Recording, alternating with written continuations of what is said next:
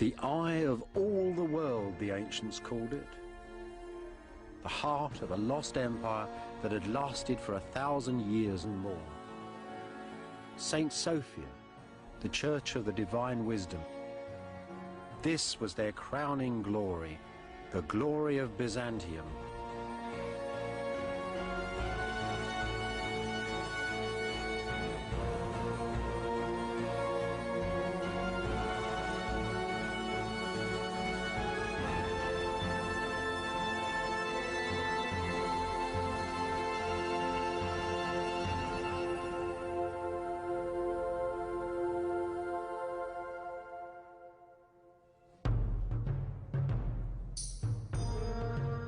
The vanished empire of Byzantium, born of pagan Rome. Byzantium, the dream of a Christian Roman empire that stretched from Spain to Syria.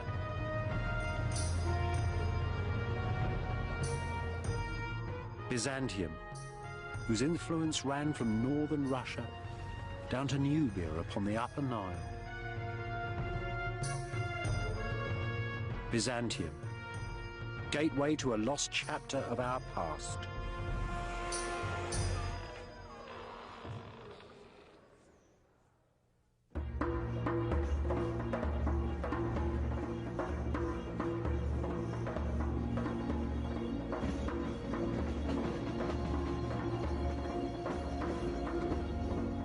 The Orient Express. I first travelled this line in the 60s. I bought a ticket at Waterloo Station in London for a ride to Istanbul in Turkey, and a lifelong fascination. It took 3 days to get there. It was hell on wheels, really. Goats in the corridor and communism out the window.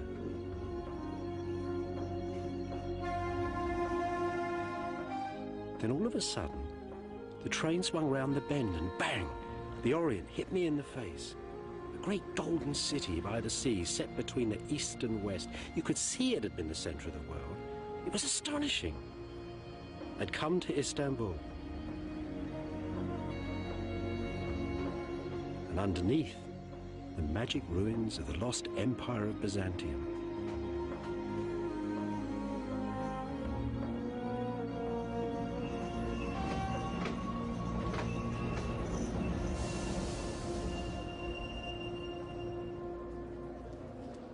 The Orient Express stopped here, in the heart of the old city. I got off it in clouds of smoke and steam, haunted by the ghosts of Greta Garbo and Agatha Christie, by 1,000 spies and archaeologists, by the kings and courtesans of pre-war Europe.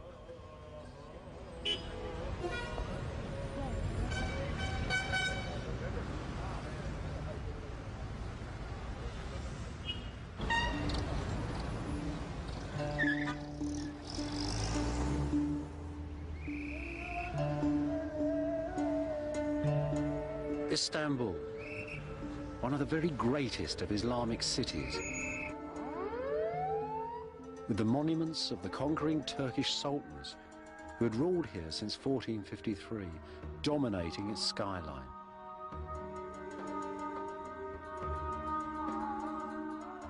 Underneath, though, are much older ghosts, brushed each day by people of the living city, the ruins of Constantinople, the capital city of the Empire of Byzantium. Istanbul, Constantinople, two names, new and old, for the same grand city.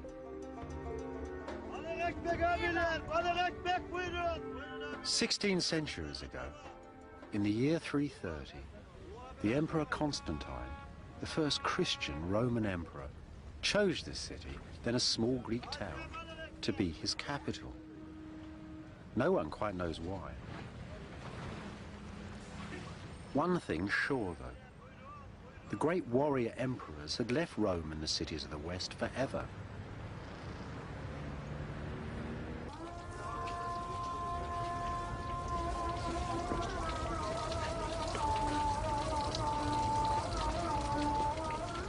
This mosque, the The mosque of the Turkish Sultan who conquered the city is built straight on the foundations of the most ancient burial church of the mysterious emperors of old Byzantium. What then was this most ancient, half-forgotten empire? The Empire of Byzantium. Byzantium. That magic, spicy word. Now, imagine that the empires of Greece and Rome had never died, but had been fused together in a single empire set between the East and West. And imagine that the emperors of this kingdom, the sacred emperors, could be torn to pieces by the mobs in the street. Emperors who could mutilate their courtiers and children, could kill their priests and blind whole armies of invaders. Yet emperors whose artists made some of the most finest, the most exquisite images the world has ever seen. Visions of heaven and earth, sublime architectures, copied by everybody from the caliphs of Baghdad to the popes of Rome, the kings of Germany and the tribes of Nubia. Visions of heaven's order and earthly power that still lie deep within the modern world. Just as this mosque, the Conqueror's Mosque, stands on the ruins of Byzantium, so do we all.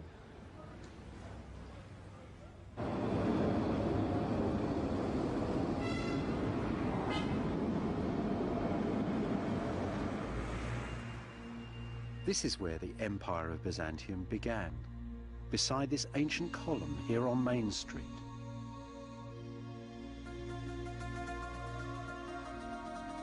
A lonely ancient relic in a modern city. In the year of our Lord 330, on a lovely May morning, a great procession came down this road. It was the highway of an ancient city called Byzantium, and the procession was led by the great Roman Emperor Constantine. And he'd brought with him a bunch of priests, pagan and Christian ones, and they were all holding an incredible collection of relics. There were 12 baskets filled with crumbs, the residue, it was said, of our Lord's miracle of the loaves and fishes. There was the very axe that Noah made the ark with. And there was a statue that the emperor himself had brought secretly from Rome, a statue of the Greek god Pallas. And at an exact moment prescribed by astrologers, they buried their relics just over there, at the foot of the column. 7 drums of porphyry brought from the Egyptian deserts. And Constantine renamed the city Constantinople and claimed it as the capital of his grand new empire. You know, over the years, the column itself came to be seen as a relic.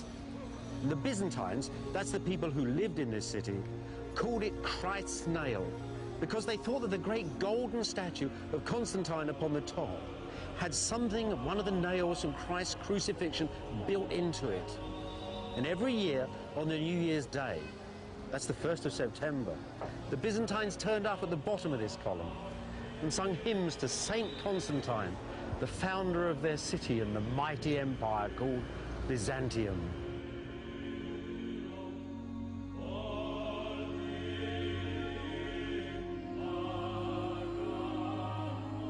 Constantinople was designed to be the center of the Christian world, the center of Christ's government on earth.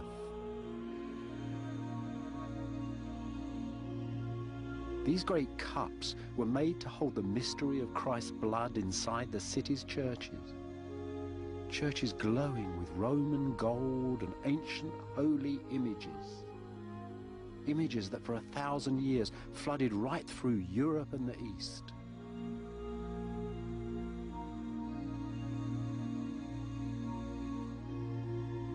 This, then, is Byzantium's first story, the story of how, in 2 short centuries, a dream was made. The dream that was Byzantium.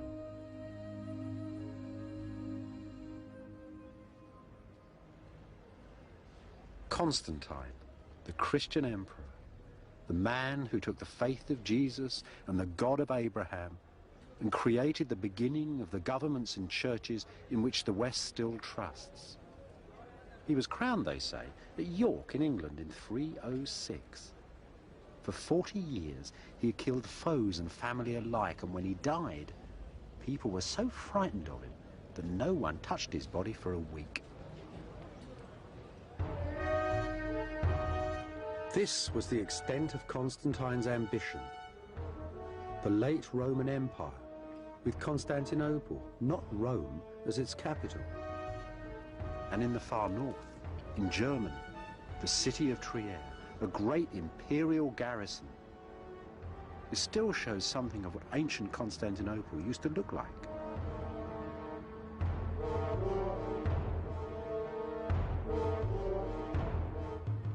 The city gate, still guarding the main road into town.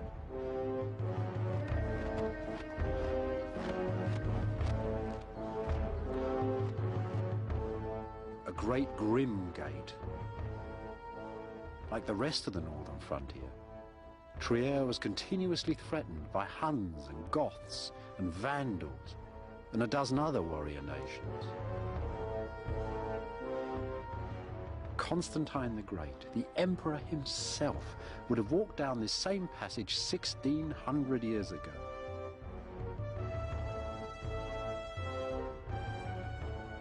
These vaults and arches are the architecture of his time.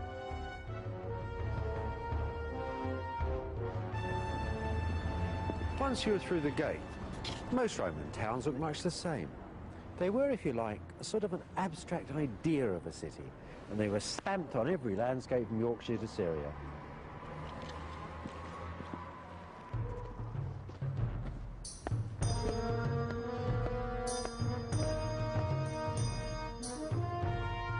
You can still sense their design in 1,000 old world cities, and in the New World too. From Washington to San Francisco, planners still use parts of the same old patterns. All Roman towns had roads like this one, wide thoroughfares that took you from the country to the heart of the city. This one is at Palmyra in the Syrian desert. In Constantinople, it was called, quite simply, the main road. Now, what you've got to see is that behind all these columns, there are little rows of shops running down the sides of the street. Butchers, bakers, candle makers, all sorts of people. In Constantinople, it would have had the goods of the known world. Africa, China, the Baltic, everything was for sale. Just imagine, the emperor. He's coming in triumph. He's won a war and he's coming through the gate. The shopkeepers have been told to dust down the streets. Flowers have been strewn all over the pavements. Roses are raining down upon him. There are rugs and silks fluttering in the breezes all around him. The whole town has been sucked out to come and see him. Behind, of course, behind the main street, were all the town houses, servants, soldiers, all the people. There were taverns, brothels, everything in a city. And in amongst those, studded in amongst those, were those huge buildings that Constantine had to build before his city could really be called a Roman metropolis.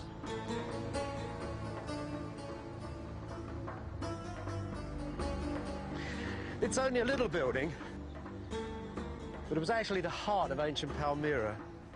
It's the Senate, the Oval Office, where government was conducted, where the town elders met, where plots were hatched, all that sort of thing.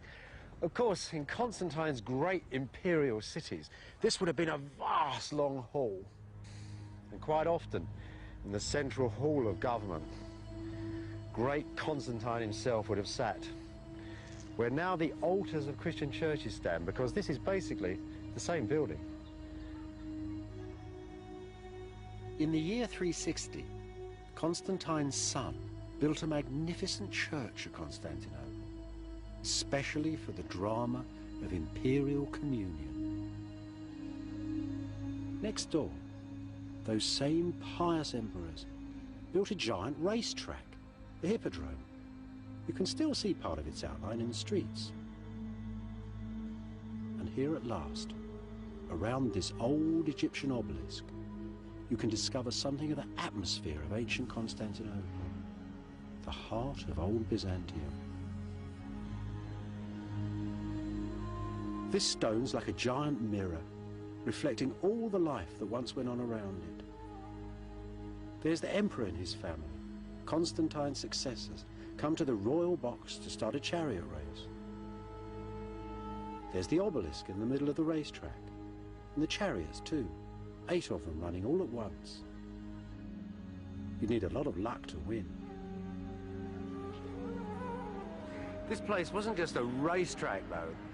This is a place where people met the emperor and his court. It's the air, the space of Byzantium, 100,000 people roaring as new emperors are presented to them, as captives from foreign wars are brought and thrown at the feet of the emperor. It's the old parliament.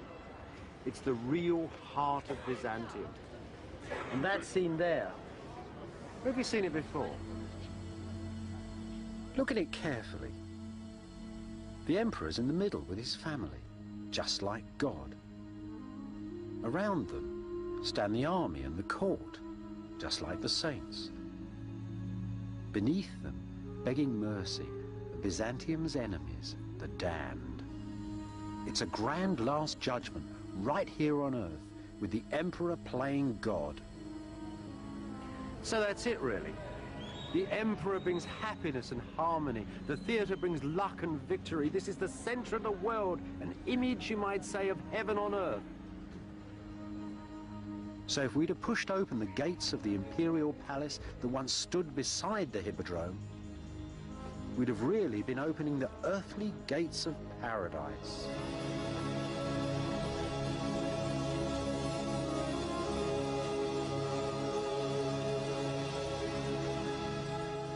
Arcades of gold and marble, silver boats on pools of mercury, silk carpets, golden thrones in halls of porphyry and pearls. All are gone. Only echoes of them still remain in Syria and Italy. Once, though, Constantinople held the palace of all palaces, the palace of the Christian Empire. Church, hippodrome, and palace, Constantine had made a sacred engine that would power Byzantium forever.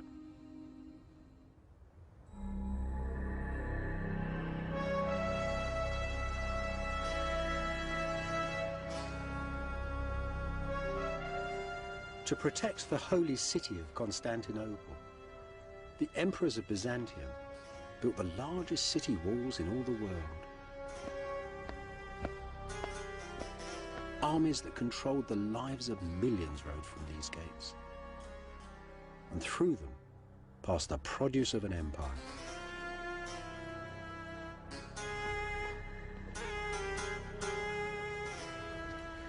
The whole history of this city is in this gate. The great golden gate of imperial Byzantium.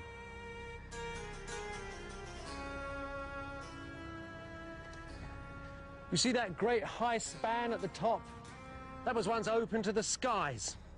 For 600 years, emperors and armies rode through that gate in triumph, coming back from wars against the Persians, the Arabs, the Bulgarians, the Russians. Then there was an earthquake. The gate was blocked. And that final gate at the bottom, that even a cavalryman couldn't come through on a horse, that gate was built in the final years of Byzantium. So this is a magic gate. It's a gate of legends. They say its wooden doors were covered with sheets of gold to give the gate its name. They say that the very last emperor, killed fighting on these walls, is buried beneath these stones, waiting for a call to take the city once again. So it's a gate of legend, but above all, it speaks of imperial Byzantine power.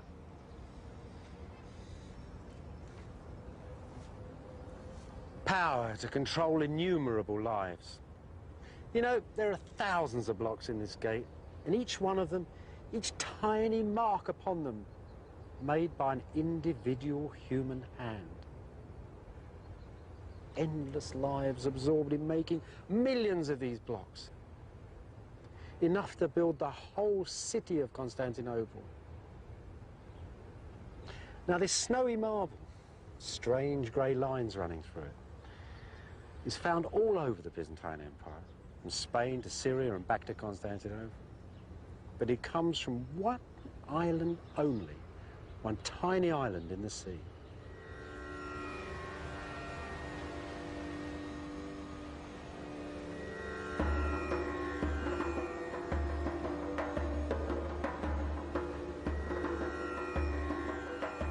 Southwest of Istanbul, 3 days sailing on an ancient slave ship, is the Isle of Marmara. Its very name means stone.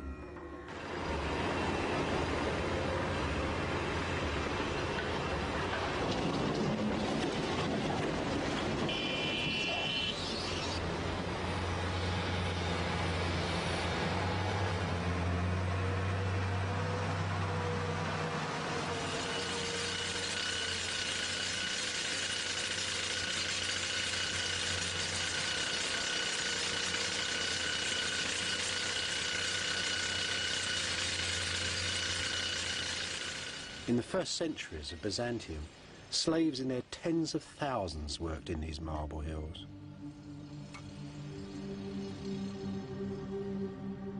How the Byzantines love marble. In marble, says a priest, God trapped fields of flowers and mountain forests, and fish and fruit and melting snows. The ancient blocks still strewn across the quays hint at the frantic energy that was once used to move their precious stone. Still inside the modern quarries, an ancient stone that weighs around 100 tons, part of an enormous column to memorialize the military victories of Byzantium. If it were finished, it would have had a spiral staircase cut in it and rows of sculptured soldiers on its turning surface. It's still here, though. It cracked as it was quarried.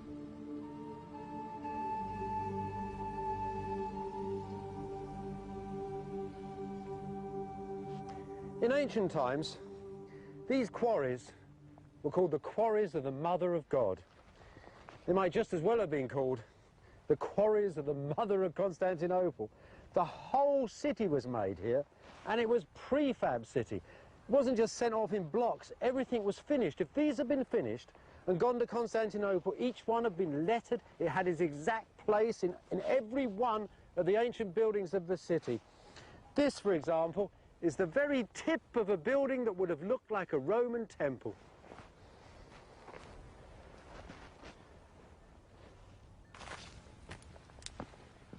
Modern quarry masters tell me that they find the best new seams of marble in the hills, beside the ancient stones.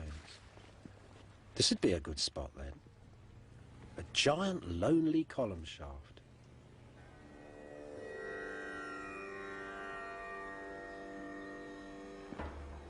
I've seen that same shape, so-called peacock's feather pattern, cut on a broken column lying right on the main street of old Istanbul.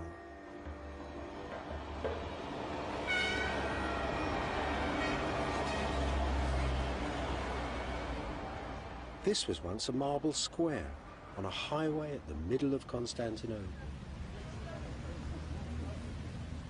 I don't suppose the Turks of modern Istanbul think much about ancient Byzantine victories. Yet there's still some fragments here of that great memorial column that made it all the way from Marmara.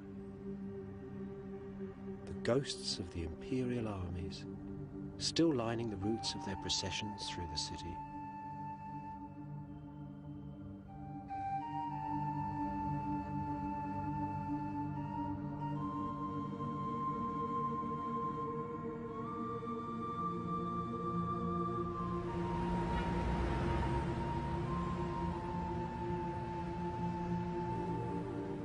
Just as all the ancient roads and sea lanes ran through the empire to Constantinople, so did the rivers of the region, channeled into great aqueducts, bringing treasured water to a thirsty city.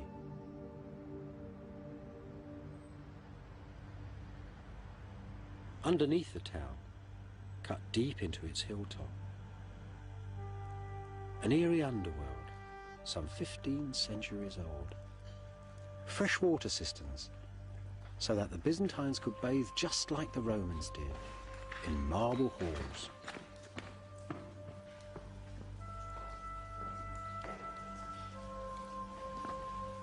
And everything made with the dazzling technology of ancient Rome, father of Byzantium.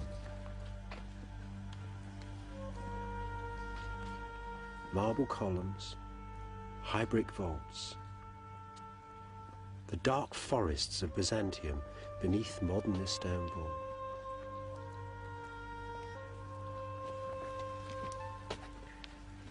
Those Greek letters, hammered into the column with a chisel point, the marks of one of Marmara's quarrymen.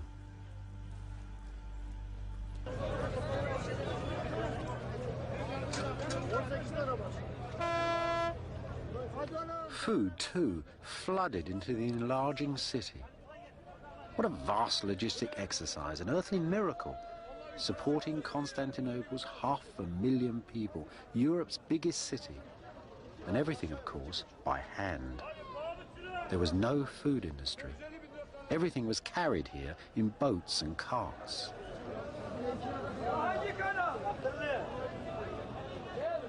The finest fish, the Byzantines believed, were caught beside the emperor's palace, between the rising of the Pleiades and the setting of the blood-red star Arcturus.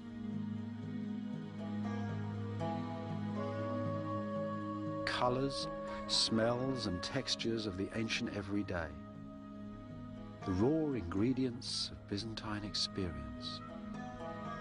The world of the ancient Mediterranean.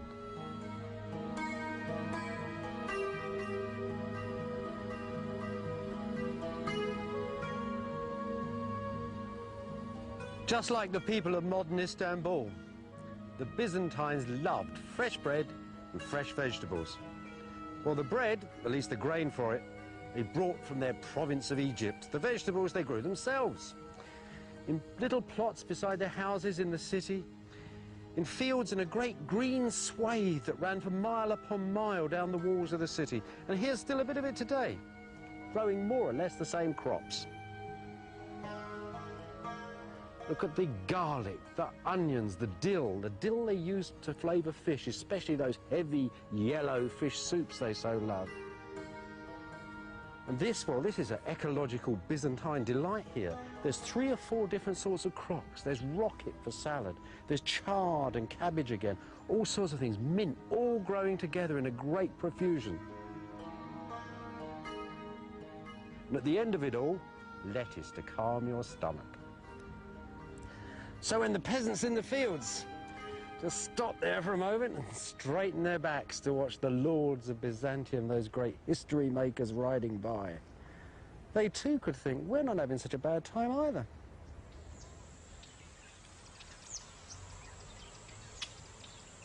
The Byzantine economy was based on the classic Mediterranean diet: wine, grain, cheese and vegetables and olives.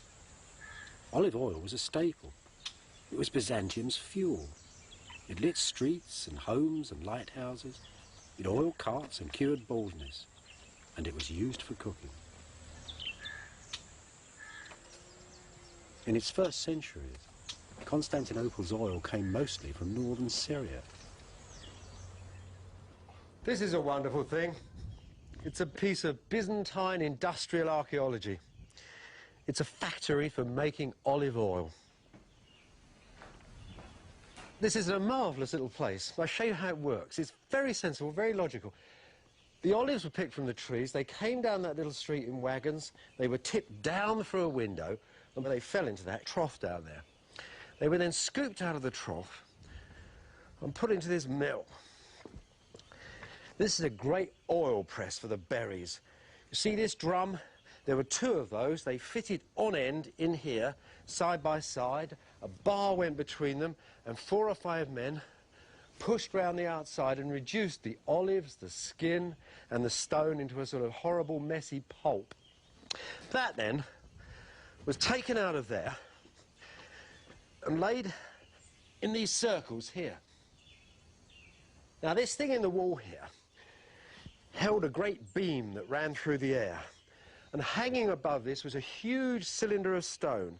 And that then was slowly dropped onto the massive olive paste, and the oil dripped down into these tanks. Not the end, because this, after all, although it's cold pressed, is actually a very impure oil at this moment. So they take it out of here and they put it into this tank here. Now this tank has already got water in it, so as they pour the olive oil in, it floats to the surface, all of the impurities go down to the bottom. And see this little trench here? A vital piece of gourmet equipment, because this is where the very finest oil ran from that impurity tank down into this tank to make fine, clear olive oil for the tables of Byzantium.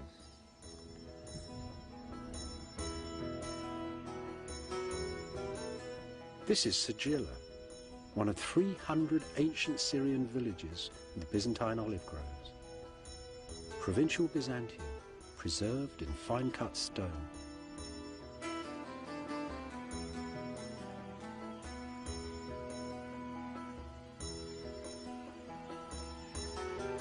Just off the main square is the public bathhouse, forerunner of the Turkish bath. St. John cast whores and devils out of one of these.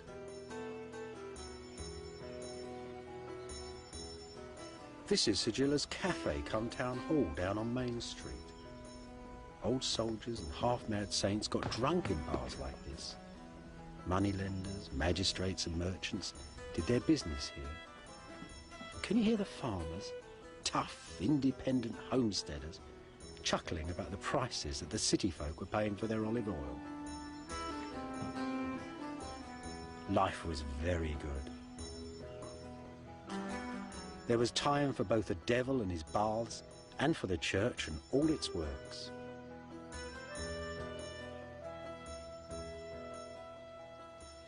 If you'd have come up this path 1,500 years ago on the 1st of September, you'd have been accompanied by thousands of people shouting and singing praises to the Lord. It was the feast day of St. Simon of the Pillar.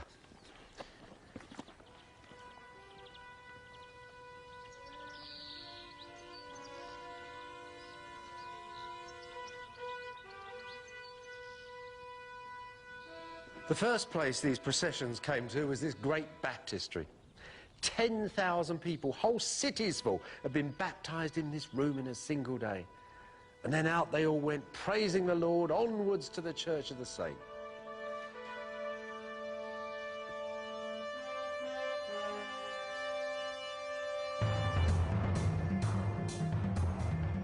It's Roman architecture still, of course. Arches, vaults and column tops. But now there's Christian crosses too. The ancient forms are turning into something else. See? The wind of faith is bending all those ancient pagan patterns. This is the style that would become Byzantium. And at the church's hub, the remains of the 50-foot column on which St. Simon lived. So who was this weird man who lived up a pillar and half the world had come to see him? When he died, they built this beautiful dancing church in his honour. Well, as a young man, Simon had worn clothes so rough they'd made him bleed. Then he dreamt up the idea of chaining his left leg to a large rock. That before he went up the column. But Simon wasn't a nutter. Simon had tremendous presence like an emperor. He sat still and silent. And in these contests between flesh and the devil, it seemed to most people that he was beyond touch. And there he was on his pillar, halfway between heaven and earth, a perfect man to settle disputes. So they used Simon. The farmers of Syria would come here when they were in arguments and he would settle one against the other. The Bedouin, the Arab Bedouin, came to see him too. The emperor used to come to see him, and always he acted as a balance in society. Such a terrifying balance that if he cursed somebody from the top of his pillar, a rock would explode next to the unfortunate individual. So Simon, it was a vital element in this new Christian empire. An element which somehow had taken the old stern order of the Roman age and left it halfway between heaven and earth.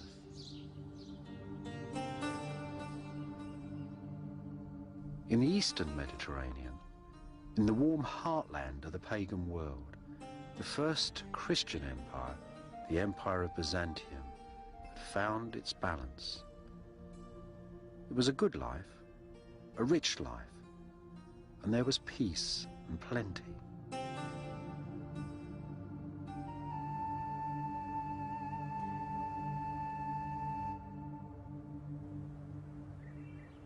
You know, it always strikes me as funny when people talk about the fall of the Roman Empire. After all, standing here in Constantinople, it just got richer and richer and richer. Didn't fall at all. I suppose really it's because Rome fell. In fact, Rome didn't fall, it just got poor. Constantine had moved the capital from the great old cities of the west to here in the east. And with him moved the government, the generals, the artists and the architects. Everybody who made the empire moved with him. So in 475, that's 25 years after these walls were finished, the last Roman emperor of the west, a young man, a junior emperor, sent the crown back here to Constantinople, to New Rome. This was the new city. And I suppose really the story about the fall of the Roman Empire, that's the Western Empire, was really invented in the Renaissance by the popes, who really wanted to get the idea of a pagan empire falling and the Christian empire of the West rising. They're good propagandists like Raphael and Michelangelo to budge them on their way. But the truth is, the real truth is, that old Rome, ancient Rome, had been modelled on the great cities of the East, on Antioch and Alexandria, all those great marble cities. So when you say Rome fell, it didn't fall at all. It simply went back home again.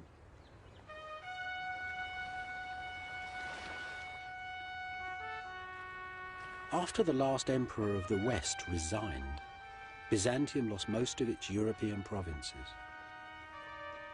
Only for a century, though. By the year 555, brand new Byzantine armies had ruthlessly reconquered some of them. And in northern Italy at Ravenna, they left triumphant decorations in this church as their memorial.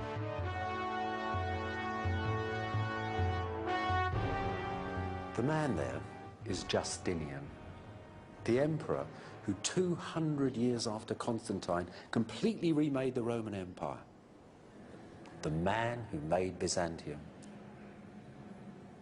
He was a man, they said, who was gentle and approachable, a man who never showed his anger, a man who in the quietest of voices could order the death of thousands. He didn't organize the empire completely by himself, though. His great strength was as a manager. Those strong faces that surround him were the faces of a great team of men he'd picked together. And he didn't really care whether they were Roman patricians or from the humblest, roughest backgrounds. He himself actually come from a completely illiterate peasant family in Serbia. Justinian, though, was only half the picture. The other half was that most remarkable woman over there, the Empress Theodora. They'd married each other for love, and they stayed together for 25 years. And look at the young ladies of the court there. They're looking sideways and a bit nervous. You see, it's not proper for young girls to look straight at you, not unless you're a woman of power like Theodora. But that is actually a portrait of a woman dying of cancer. Within 2 or 3 months of this mosaic being finished, Theodora was dead. Justinian ruled for another 20 years. He never remarried, and he went to her grave and lit candles until he was a very old man.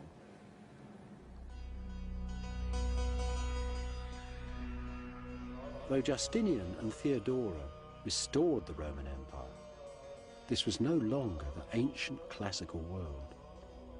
They lived in a different age, spoke Eastern Greek instead of Roman Latin, and viewed the world in very different ways.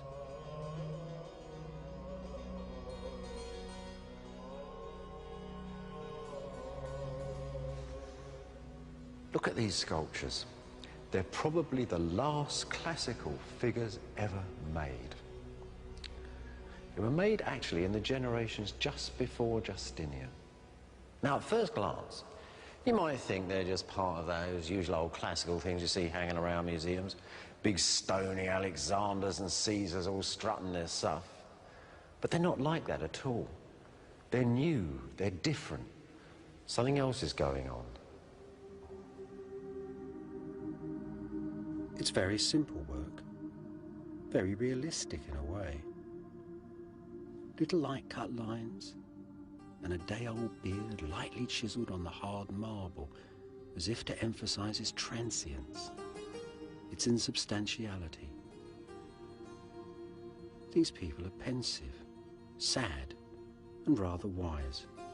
After all, hadn't the saints and bishops told them that this life, this material world, was only an illusion? So naturally, these statues don't strut their stony stuff like Alexander or the emperors of Rome. They are not heroic descriptions of skin and bone and straining muscle. Each man stands inside his own mysterious inner space that each one of us must occupy. And from that space, they look outwards from the soul towards the heavens. As you might expect, if you should move around them, the solid bulk of marble and humanity is seen to be nothing more than an illusion.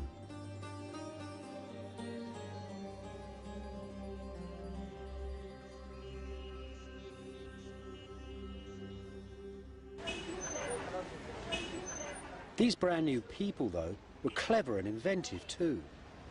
Many of them were drawn here, to the centre of the empire. Most of Byzantium's brightest brains were packed into these tiny streets and apartments that surrounded the palace complex in Constantinople. There were people here come to seek their fortune at the court from all over the empire, from Spain, from Egypt, from Syria.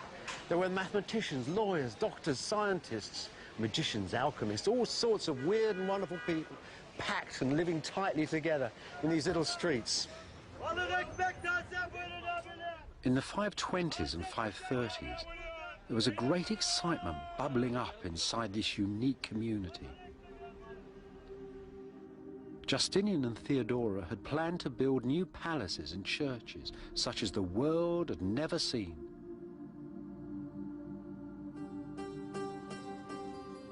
The ancient forms, arches, vaults and column tops, were being used for something revolutionary.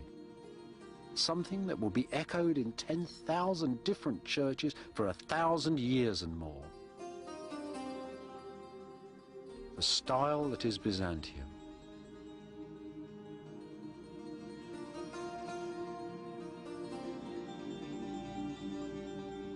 This seaside church, set right beside the palace, was made for some of Theodora's favourite priests. It was probably the work of one Anthemius, a famous physician and mathematician. This was where the style began.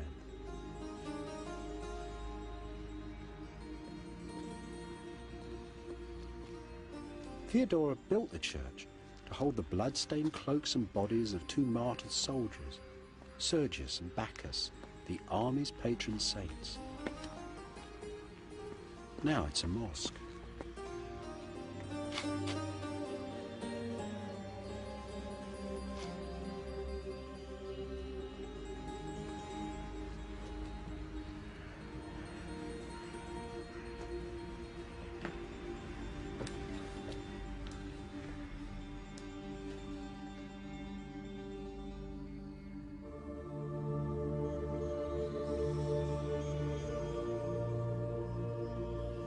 Anthemius' subtle compass has transformed all the usual ancient forms.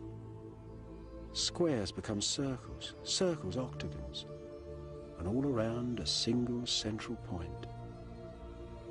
Space spins into ever smaller spaces. It's as perfectly mysterious as the finest natural crystal. The walls, the columns, seem to be nothing more than an illusion and simply fade away.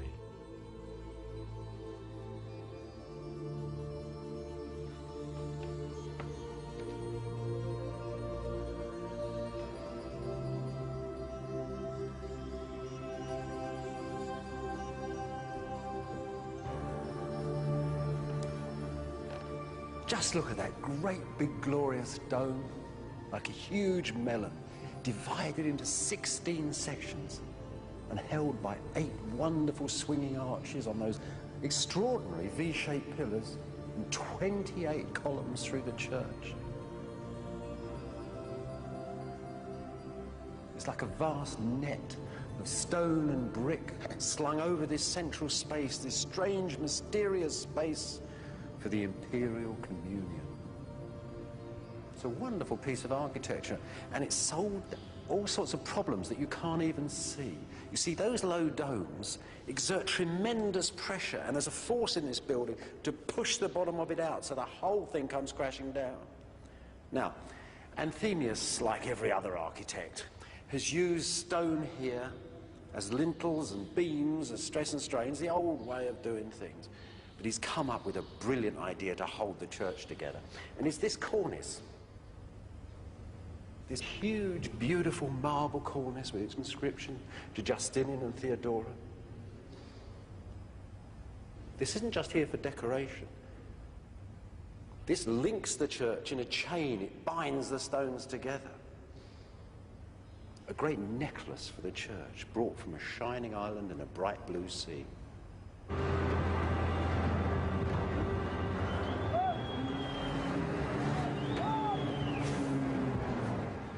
Throughout Justinian's long reign, the Marmara quarries were hard at work, shipping stone for a new crop of imperial churches. This was building on a grand scale, churches for every country in the empire. But the biggest of them all was a new church for the imperial communion at Constantinople. For this, the quarry masters were cutting larger and yet larger versions of Anthemius's clever interlocking cornice. Here's a piece of one of those stone chains under construction. And here's its secret. Each block was held to the next block by a great iron bracket held in lead that ran between the two stones. Anthemius's engineers use rather a lot of iron in their buildings. It's part of a whole new series of techniques that allow them to think more daringly, more bravely than any other architects have done before. Above all, it enabled Justinian himself to have the ambition to conceive of the greatest dome the world has ever seen. Such mysterious cargoes, such magic marvels from across the empire, now sailed the seas and came to the holy city of Byzantium to be gathered up upon the site of the imperial communion. This is the finished dream, the tense climax of all of ancient engineering. A lively frame, built with prayer and pragmatism to hold the largest dome the world had ever seen. This, though, is just the outside of a sacred theatre. Inside, a forest of columns rises up in ecstasy. The walls, glass and gold and marble, light and dark, insubstantial and illusory, seem to simply fade away.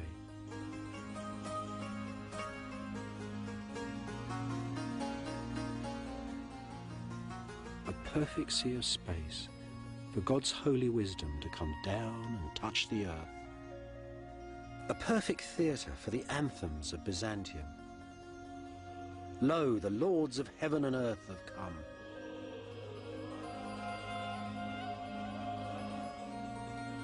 Blood-red columns of Egyptian porphyry were taken, so it was said, from the Temple of the Sun at Rome. The church's wooden doors from Noah's Ark. The building's bronze was stripped from the temple of the goddess Artemis, one of the 7 wonders of the pagan world.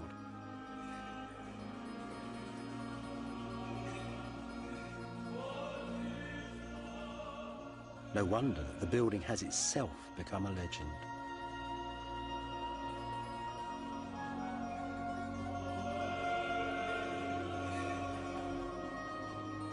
Poets said the church combined the size of sunset and the scale of quarries, the hues of birds and fish and precious stones, all the textures and experience of that ancient everyday, the living pink of baby's fingernails, the rising of the bright red star Arcturus.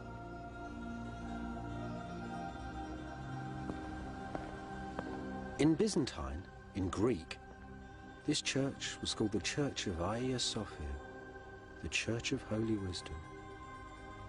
All of Justinian's enormous empire, its wealth, its piety, its pagan heritage, was gathered up inside it.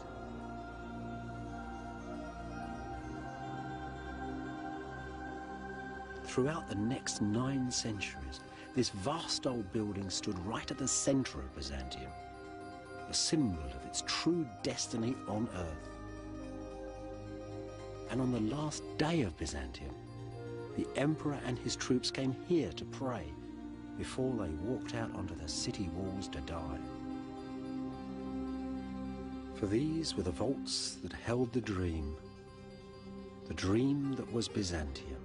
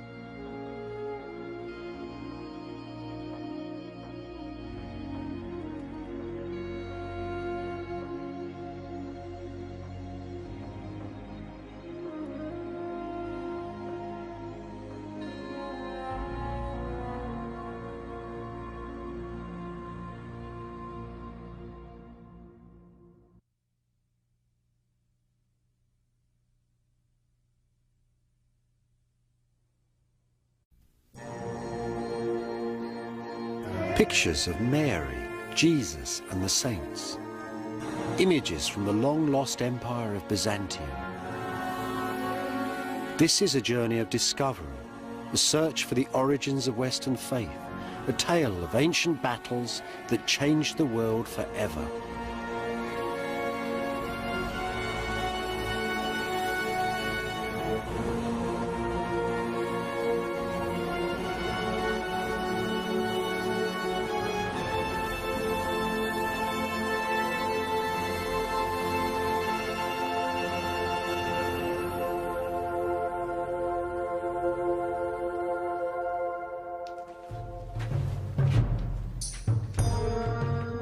Born of the Bible and the pagan Roman Empire, Byzantium still stands at the heart of the modern world. Its ideas of heroes and of villains, of government both good and bad, and the right of law. All the cities of Byzantium held holy images within them. Sacred pictures, it was said, that came from heaven. They were carried into battle. People died to save them from destruction. This is their story.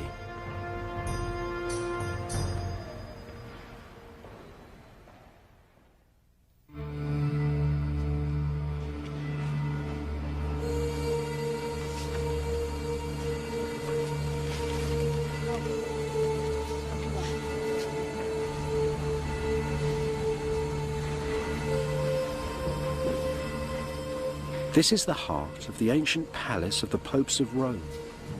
It's centuries older than the Vatican and filled with holy wonders.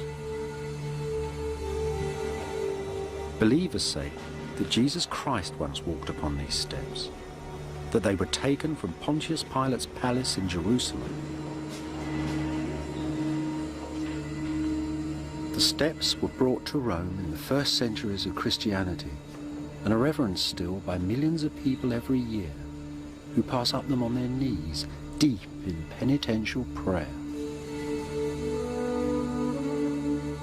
Inside the ancient chapel at their top, Rome's most holy picture, an image made, so it was said, not by human hands at all, a portraits so powerful that when, deep in the Dark Ages, the barbarians stood at the gates of ancient Rome, the awe-inspiring image crippled the tribesmen with its paralyzing gaze and sent them running back to Germany.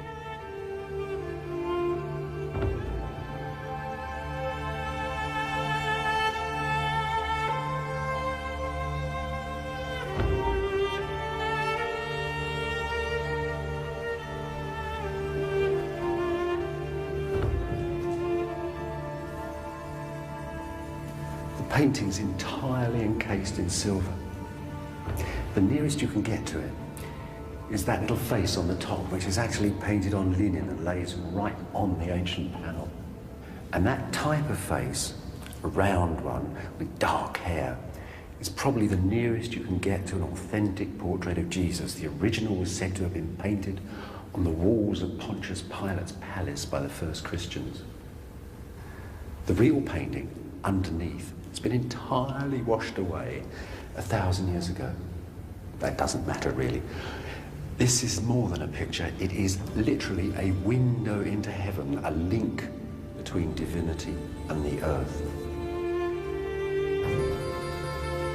The Romans call their painting the Acheropita, an ancient Eastern word that means a picture made in heaven. It was actually made in the 7th century in the Empire of Byzantium, part of a standard set of pictures of the people of the Bible. All those images come from the East. They're our most basic images of kings and gods and governments, of heroes and mothers and villains, all those types we take for granted. And their story of how they got from the East to the modern West is an astonishing tale. They've come through fire. It's a story of blindings and hatreds and the light of faith. It's our story, and it's a part of the story of Byzantium too.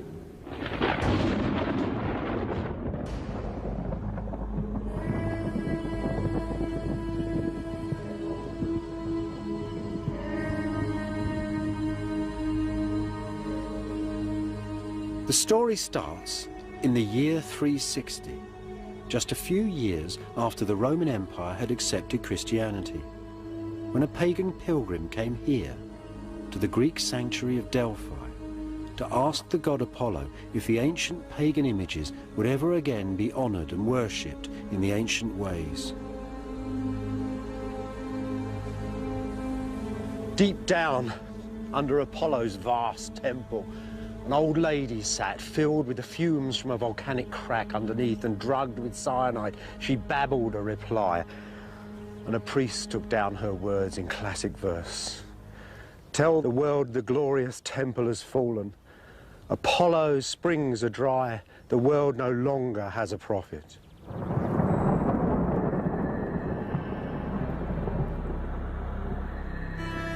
Using the signs and symbols of the ancient gods, Apollo's priest had just announced the ending of the pagan world.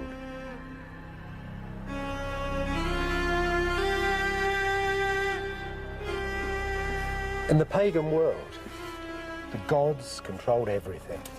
From the movements of the stars in the sky to the fishes in the sea.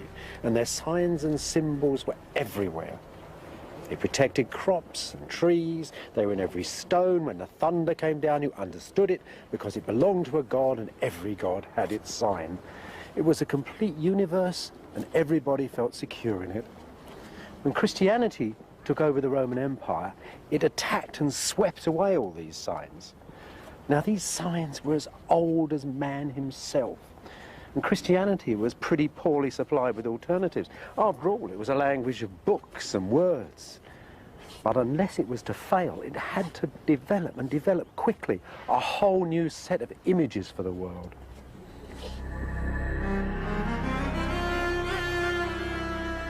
The trick, the genius, you might say, wasn't just to swap this ancient chaos of 10,000 pagan signs and symbols for a single set of Christian images, but to find a quick way of spreading these Christian images and pictures right through the ancient Mediterranean. Books. Books were the answer. Books were invented at the same time that Christianity started. Before that, there were scrolls. Now there were pages. This is a copy of one of the oldest books in the world, from the first centuries of Christianity. Look, if you flip through it, you see pictures. They're illustrating the narrative. If that would have been a Christian book, it could have gone from one end of the Mediterranean to the other and taken a whole set of Christian pictures, a story for the walls of a church. Well, that's just a copy. These images, these ancient images, are so precious that real books of that age, from the 5th century, some of the oldest pictures in the world that have come from books, are now not in books but trapped in glass. Look, here is Jupiter. This is a pagan book illustrating pagan poetry, and it's a picture of Jupiter, the king of the gods, and he's got a halo, just like Christian saints will have in their pictures. And he's holding a globe, just like Christ will in 1,000 churches. And he's sitting under the ark of heaven, as Christ does. And he's king of the stars and the moon and the sun. This is a pose which says to you, king. You can't have Jesus, king of the world, unless he looks like a king. That looks like a king. That's where they're getting, as it were, their iconography from, straight from the pagan faith. Now look at this. Here's another one of these very precious ancient illustrations, really the roots of our Western art. Think of that. When you make gestures today, when you go victory or communism, fascism, bang, bang, you're doing universal gestures. They get emotions in you immediately. This said to the early Christians similar sorts of things. Look, here is a Roman general and his mistress and a friend having dinner. They're sitting round a table, they've got halos on. Everybody would know this was an imperial table. There's a way of drawing tables, even with a fish on a plate in the middle. You'll see that in churches. You'll see that same image, except there, it becomes the Last Supper.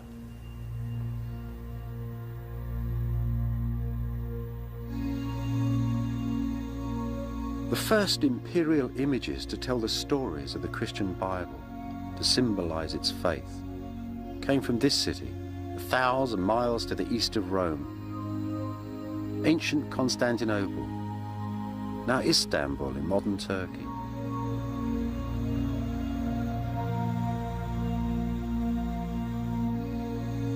The Emperor Constantine the Great dedicated this column when he founded Constantinople in the year 330. From that year on, the city stood at the heart of Constantine's vast empire, the first Christian state, master of the greatest cities the world had ever seen, Alexandria, Antioch and Rome, and the capital of the brand new empire of Byzantium. From the very beginning, Constantinople really sizzled. New religion, new state, new government, everything here was up for grabs. Amazingly enough, we have a good idea of how it felt to be alive inside this city, and at just this time in history. It's a 1,500-year-old press photo. It's not on film, though. It's on ivory. There's the pulp of the poor old elephant's tusk.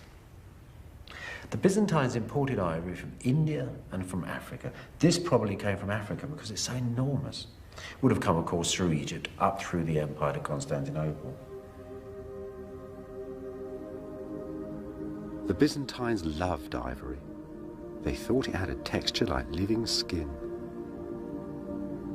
This, then, is the only glimpse we have of life in Constantinople in about the year 420. It's a procession. 2 priests are carrying the bones of St. Stephen of Jerusalem on a royal carriage into the imperial palace of Byzantium. The mighty emperor Theodosius II is walking with his ministers and soldiers right through the center of the city. Theodosius' procession would have passed up this very street. This is modern Istanbul. In those days, in the 5th century, it was called Constantinople. We're walking between the docks and the ancient centre of the city. I suspect it was much the same in those days, but there would have been thousands of people watching the emperor on his way to the palace. Do you know, these processions, especially at that time, were a very tense affair. These sort of cities, these great classical cities, were 1,000 years old. But the Christian bishops that ran them were starting to look at them with brand new eyes. The times really were a-changing. They saw the rich on the way to church to tend to their souls, kicking beggars out the way by the doors of the church, children mutilated by their parents to make them look more pitiful. And they saw the rich women walking, they said, with 1,000 meals swinging from their ears. And they didn't like what they saw. The Christian bishops wanted a moral city, a sexless city, a pure city, and a more equitable city too. So that, perhaps, is why the emperor isn't sitting in his carriage, but walking in the street and carrying a candle with his courtiers. From the bones of a poor man from Palestine, riding in the royal coach. The emperor's procession was on its way to a grand square, halfway between the palace and the court church. I think our ivory procession would have passed through here, right through the heart of the ancient city. Now, you see that Turkish bath over there? That's in about the same place as the gate on our ivory. And see the great high dome on the gate? And see that figure of Christ, that face of Christ on the gate? That was such a famous figure. It was called Christ of the Gateway, the most famous and influential portrait of Christ. It was copied from the great shining ivory statue of Zeus of the Seven Wonders. That was parked in a palace just over there. Now, think of our procession moving along. You see, they're going past this great portico, 3 high stories of it, people peering out arches, looking down, swinging their incense, pleased to see the saint arriving in the city to make the New Jerusalem, joining heaven to earth. And over there, look, that's about a spot where the church, the brand new church of St. Stephen is being built. It's ready to receive the relics, but they haven't finished the roof and the tilers are still working away up there. But the Empress is proudly waiting by the door, holding a cross. And that is quite extraordinary. For the first time in the ancient world, the centre of attention is not the emperor, but an empress. She carries the cross of victory. She receives the holy relics into her church. It's probably the Virgin Empress Pulcheria. In that most ancient language, signs and symbols, the little ivory is telling us about an ancient revolution, and one that still affects the world today.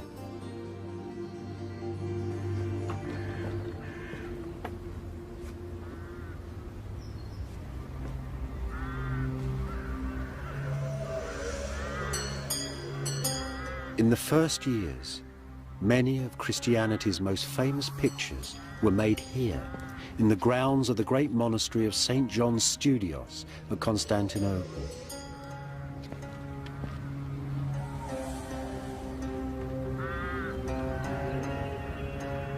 These monasteries were Pulcheria's holy battlegrounds, the places where she conjured up the sacred images and metaphors with which she waged her earthly arguments.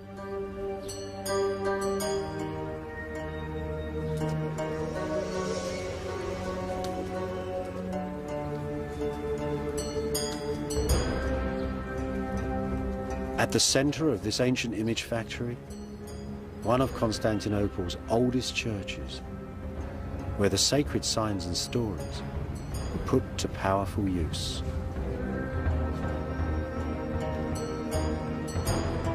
Imagine that it is Easter, April the 15th, 428, and that this nice new church is filled with all the nobles of Constantinople, men downstairs, women upstairs in the galleries.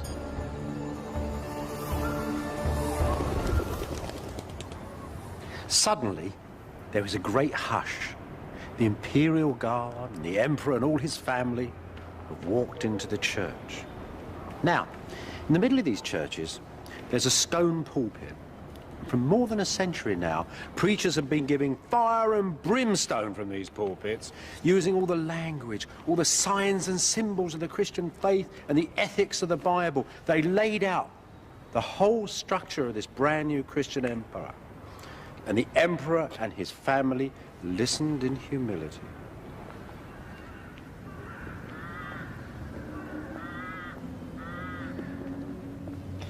Right on this line here, there was an altar rail.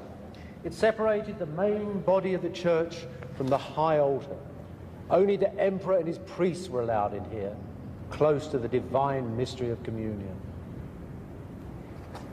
In 428, though, things were rather different.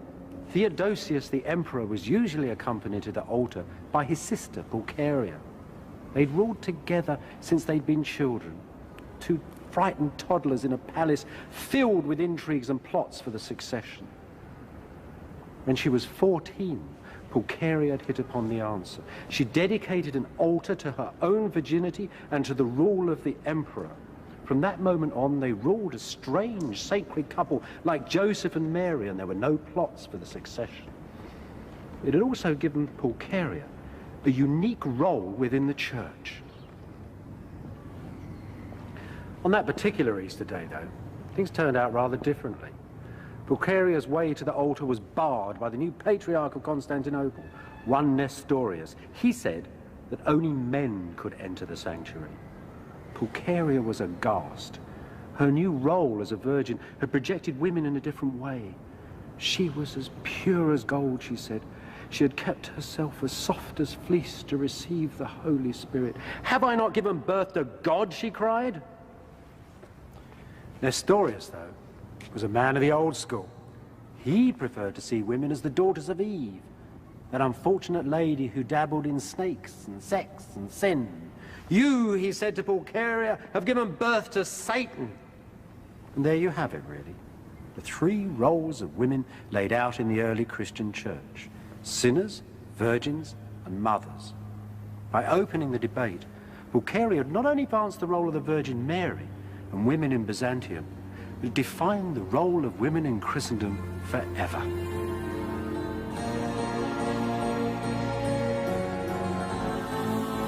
Encouraged by Pulcheria, the next full council of the church declared Mary, the mother of Jesus, to be Mary, the mother of God.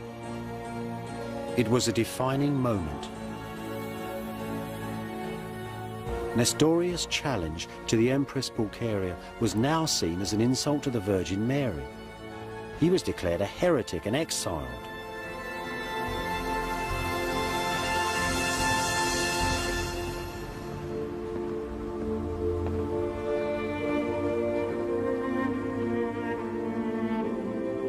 Thanks to Pulcheria, the family of the Emperor of Byzantium had become a mirror image of the Holy Family in the court of heaven.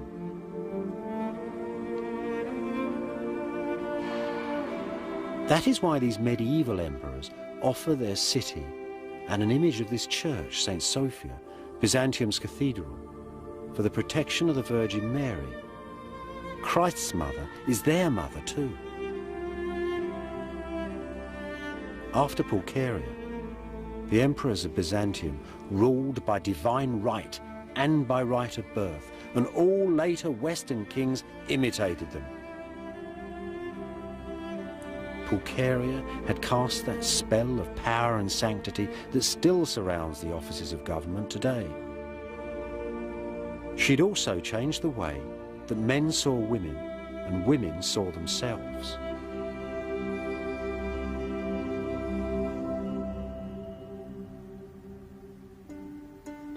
Once more, ancient images tell the story. Pagan Greeks and Romans loved public displays of sexuality inside the city. They seemed to hold the force of life within them. They gave assurances of immortality. The Christians, though, had gazed upon eternity. Just as they destroyed the pagan temples, so they attacked the pagan body image. Byzantine preachers said that the silent power of nakedness threatened anarchy within the family and the state, and it was covered up.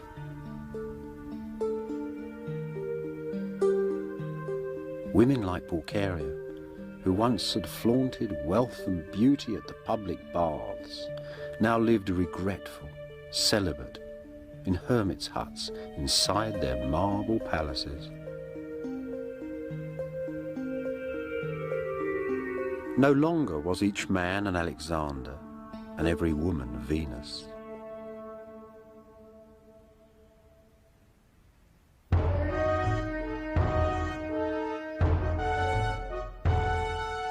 Right through the empire, the cities of Byzantium were filling up with Christian piety. Yet it was still a magic, superstitious world. A world, too, where those who knew the will of God held quite enormous power. Hermits like St. Simon of the Pillar, who preached in Syria and did not hesitate to question the behavior of the emperor himself.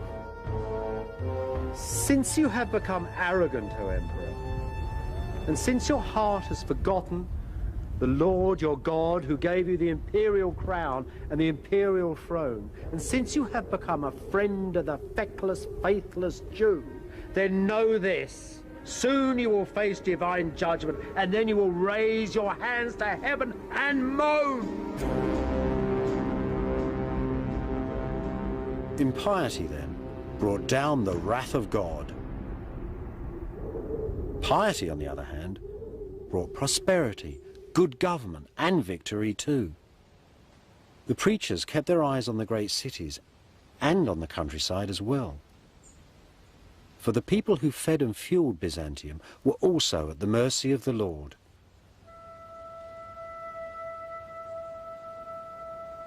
Deep in Turkish Anatolia, this little village was once the city of St. Michael of 10,000 angels, famed for its fine churches.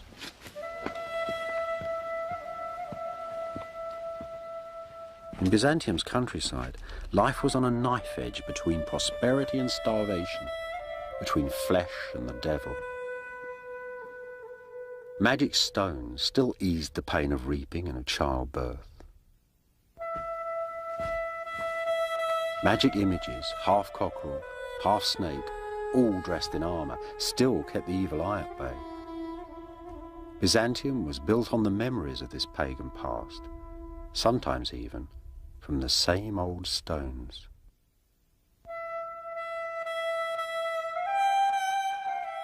Ancient demons haunted the countryside, stopped up wells, curdled milk, and threatened plague and madness. Many saints were really doctors, ministering to a madness born of holy terror. Their prayers drove out the ancient devils, safeguarded animals and crops.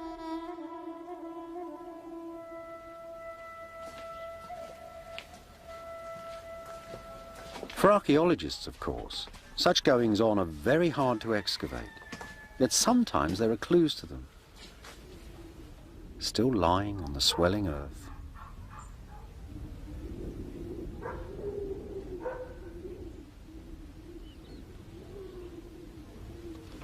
If you ever wondered what attracts archaeologists to one place rather than another, this hill is a wonderful example. Just look at its shape. It's a bit strange in the landscape.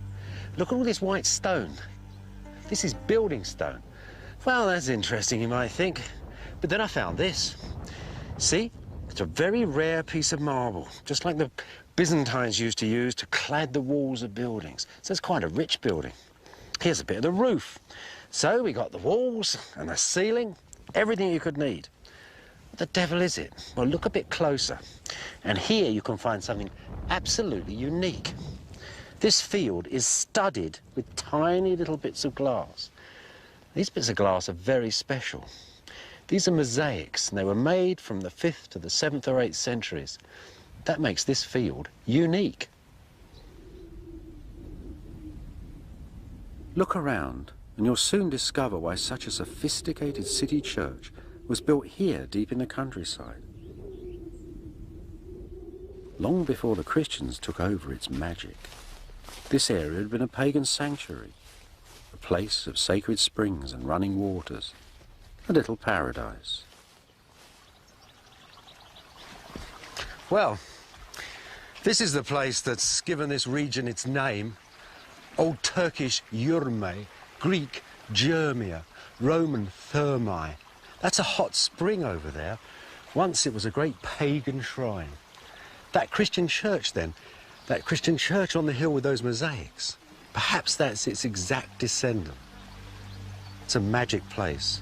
Once there were many places like this in Anatolia. Once upon a time, in the early years of Christianity, a pagan washerwoman called Hypatia said that she would become a Christian only if she could see the face of Jesus for herself. And straight away, the story goes, she found a portrait of the Lord floating on the waters of the village spring. And she was very frightened and clutched the picture to her breast. And then Hypatia found she had two pictures, the original panel and another imprinted on her dress. It was a miracle. Such powerful images, fallen straight from heaven and mysteriously duplicating, are called acheropita.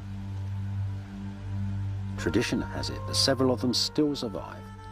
The acheropita in the ancient palace of the popes at Rome, the great shroud of Turin,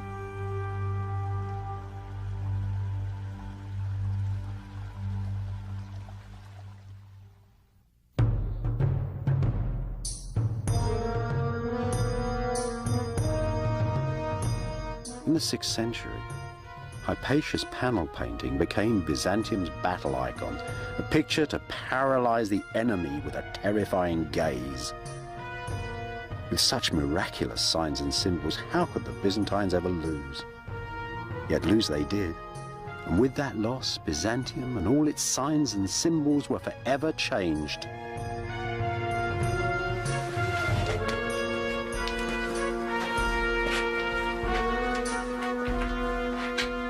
These are the ruins of a Byzantine border fortress, set right up on the edge of the Syrian desert. In the 7th century, the East exploded. The Byzantines moved on Persia, and the Persian armies moved towards Byzantium. Vast battles rolled back and forth across these plains for a quarter of a century and more. These magisterial armies with their gold and silver and their standards and their generals and all the panoply of ancient war. And at the end of it, all of Persia was destroyed and all of Byzantium had been sacked except one city, that of Constantinople. And at the same time as this tremendous battle was going on, small tribes were infiltrating up through the empire. One of them brought bubonic plague. It was so bad in Constantinople that 10,000 people a day died from it. The bodies were piled in a fortress, and a terrible smell of death hung over the city.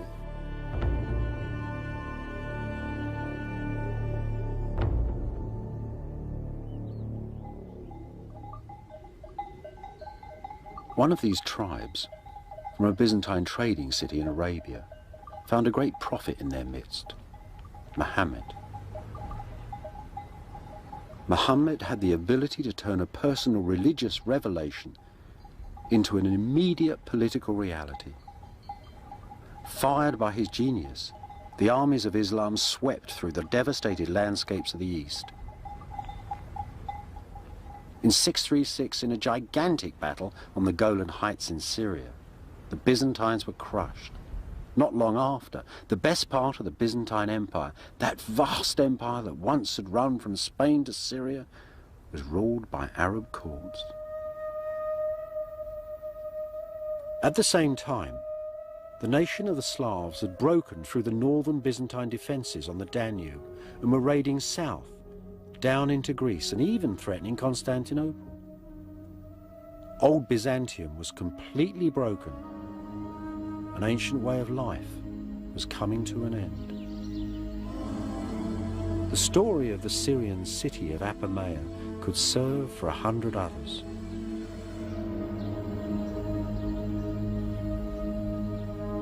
Apamea had been a huge rich city for 1,000 years. In pagan times, it had had a sprinkling of philosophers and fine temples. Antony and Cleopatra came here on their honeymoon. Byzantine Apamea too had its share of elegance, of churches, relics and fire-eating bishops. There'd been hundreds of cities like Apamea throughout the Empire of Byzantium. But now, after the Great Wars, they'd all collapsed. It's very difficult to see a disaster in archaeology. Things stop, all you get is ash. In the Byzantine Empire, coinage practically stopped being issued. This meant that nobody could collect taxes, nobody could mend anything anymore. There were no inscriptions. History practically stopped. After the 7th century, the survivors came back into the ruins and started to build little houses and small fortresses amongst the great spines of the broken cities.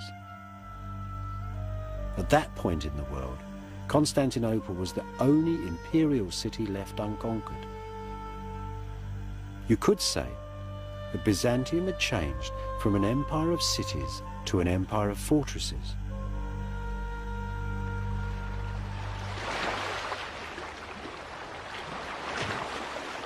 Much of 7th century Constantinople must have looked like this. Old Monemvasia in southern Greece. The city's walls protected refugees from the lost empire, soldiers, craftsmen, landowners. Its churches were filled with images from 10,000 distant shrines. Its open squares and public highways were choking up with curving lanes and little alleyways.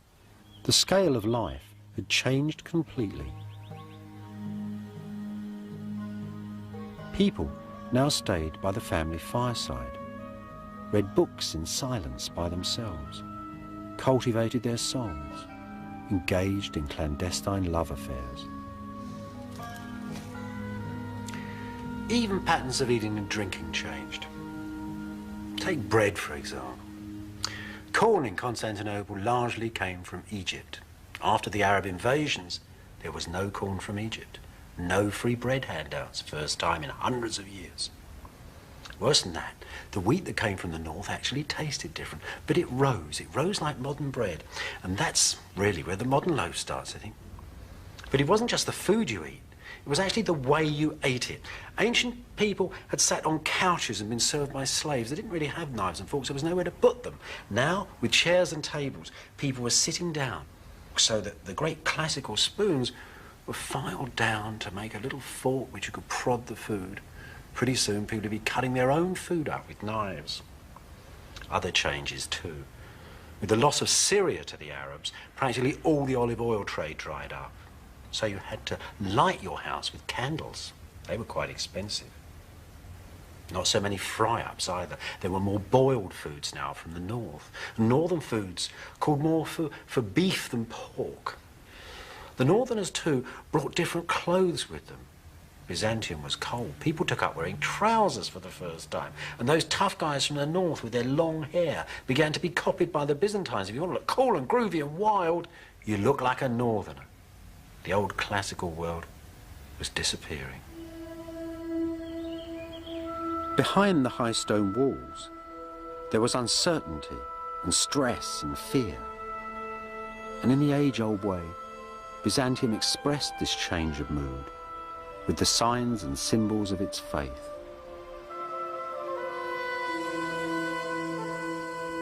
This is a very good example of what I mean. In its day, this coin was absolutely unique. Instead of having a picture of the emperor on the front, it had a picture of the Christ that was over the palace gate. It's extraordinary. Nobody knows why it was done. One sure thing it did. It cut the Arabs off from using it because they didn't agree with religious portraits. So the Byzantine exchequer was sort of shut off from them from this moment because the coins had a picture of Christ on. There's another side to this too. There were lots of Byzantines at the same time who didn't like pictures of Christ. There was a debate broke out inside Byzantium whether it was a good idea or not a good idea to have images. It was a debate that went on with blindings, burnings, maimings and ferocity for over 100 years, and it changed Byzantium forever.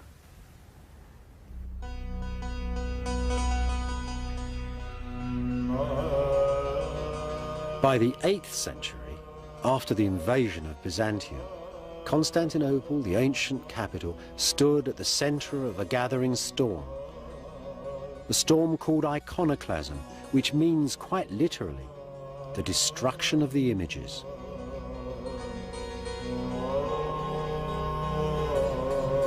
In the year 730, there was a whole lot of agitated people milling around in this square. They'd come here because they'd heard that the emperor wanted to take down the great picture of Christ that hung above the palace gateway.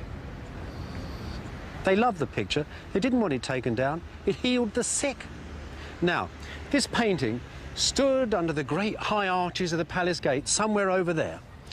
And a soldier put up a ladder to go and get the painting, and somebody rushed out of the crowd and pushed the ladder down and killed the soldier. But the other soldiers took the painting down and arrested the person who'd killed their friend. And they had her executed, and Saint Theodosia, the Virgin Martyr, became the first victim of iconoclasm. Iconoclasm, the cataclysm of the paintings, this movement that started in the palace of Byzantium to destroy all holy images. 30 years after they took the picture down from the palace, the iconoclasts, that is the people who were destroying the images, went through the great church itself. The patriarch was murdered, all the images were taken down. And though the angels came down from heaven, so it was said, and beat the impious emperors, the iconoclasm continued.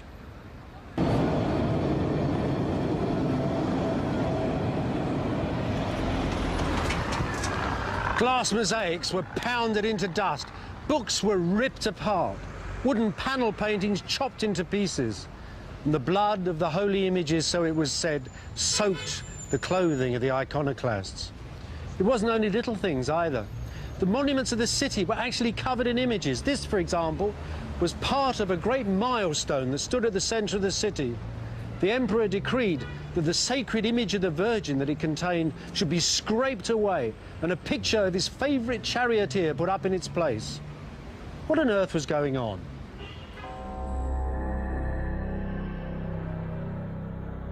Once more, signs and symbols tell the story.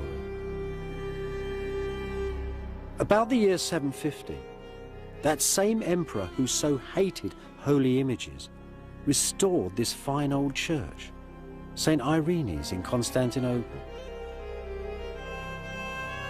The plain cross is the measure of the man. The pious emperor Constantine V, a single-minded soldier.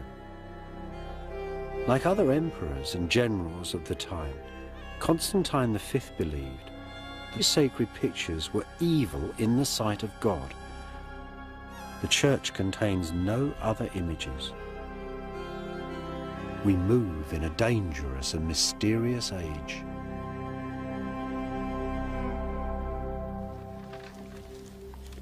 Part of the dark mystery of iconoclasm was actually solved a few years ago in the Vatican Library by the study of this old book. Now this book, well, it was clearly more than 1,000 years old, but the text in it was twice as old as that and more. This is called Ptolemy's Handy Tables, and it was written in ancient Alexandria in Egypt, and it describes all the passages of the stars and the sun and the moon through the sky. What was so remarkable about this copy of it was not simply its beauty, but also the fact that it had been written at the height of iconoclasm, right at that burning beginning when every image in the churches were being destroyed. Now, the key of this book and the central image of it is this beautiful plate in the front.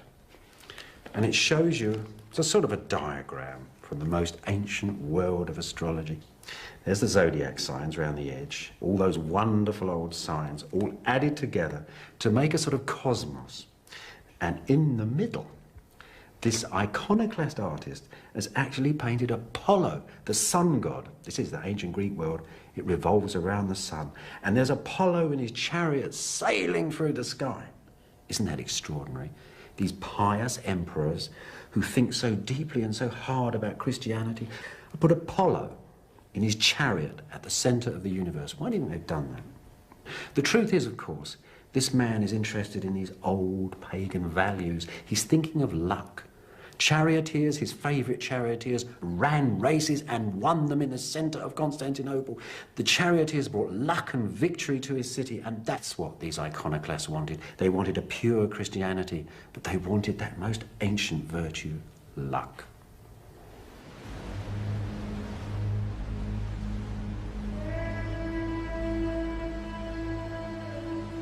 In the great spasm of iconoclasm that passed through Byzantium in the 700s, the monasteries and nunneries along this lonely coastline to the south of Constantinople sheltered both the artists and the holy images.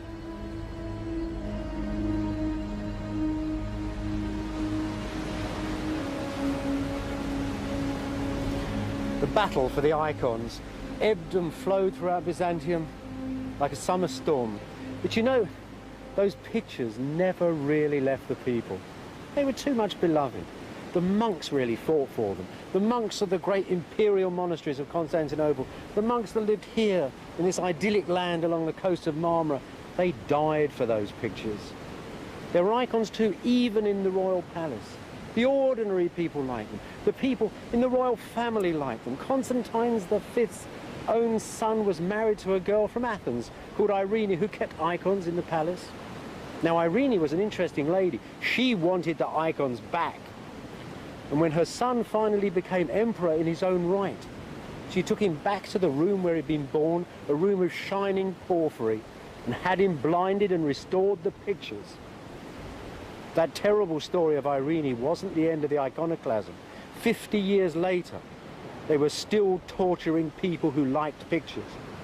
A painter called Lazarus had his hands forced down on sheets of red-hot iron to stop him painting, and still he got a paintbrush in his crippled hand and painted a new image of the Halcate Christ on the gate of the imperial palace. And that, as the people of the city knew, was the restoration of the pictures.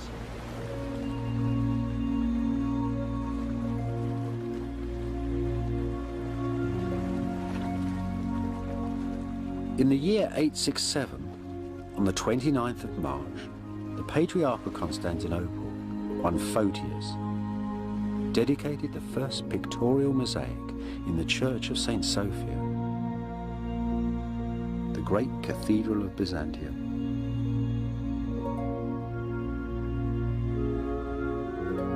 Beside it, in mosaic, was a single sentence: "These images that the heretics cast down have been set up again by pious emperors." The iconoclasts had lost the century-old debate. Even in her image, Photius tells us, the Virgin graces and delights. She strengthens and she comforts us. Once again, the holy pictures filled Byzantium with their unearthly presence. In St. Sophia, images of Christ were placed up in the dome and here, above the church's central door, where only the emperor could enter. Not the favourite Western image of a mortal Christ impaled in time upon a cross, but the old familiar figure from the palace gate, Christ of all time and of all places, Christ, Lord of the cosmos. Before this ancient image, penitent emperors now prostrate themselves in awe.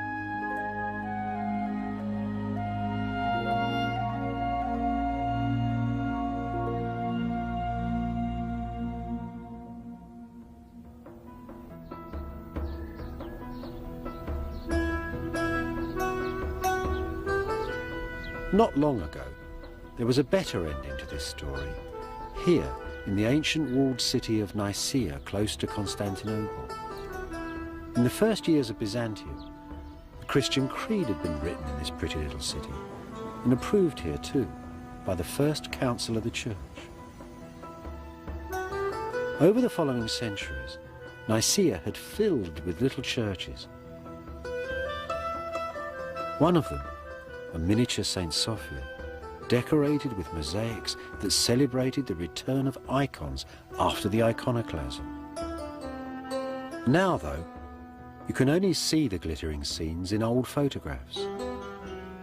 The triumphant angels, the exquisite Madonna drawn over the shadow of the iconoclast's plain cross.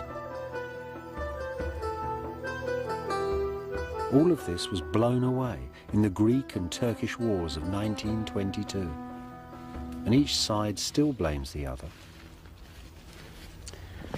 How is it that people can show such tremendous ferocity to such quiet beauty, such passive images? Well,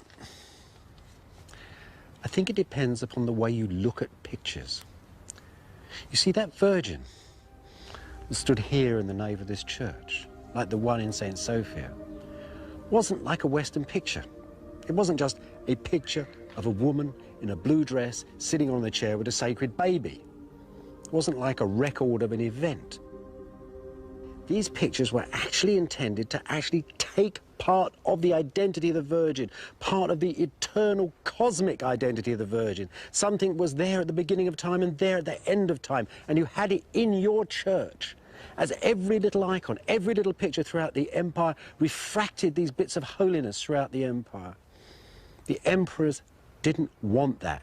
They wanted to gather all that dispersed holiness around their own person in the city, along with the sacred relics inside their palace, just as they collected the taxes. So they wanted that power to themselves.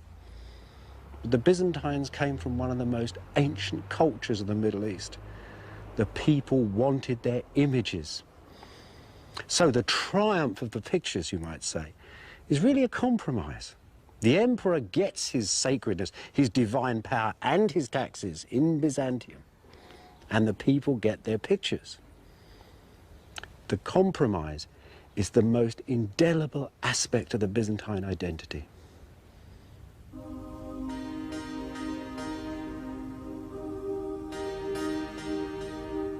This is a picture of a procession carrying an icon, and it was made 6 centuries ago, in the last years of Byzantium. It gives a precious glimpse of Constantinople's most famous image of the Virgin Mary, painted, it was believed, from the life by St. Luke himself.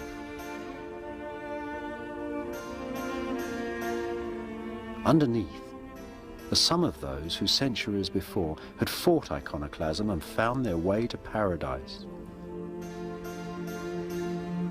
Saint Theodosia, the Virgin Martyr, the abbots of the monasteries, the artists, they hold the pictures that they died for. Pictures painted with such passion and precision, such blazing colour, such quiet power.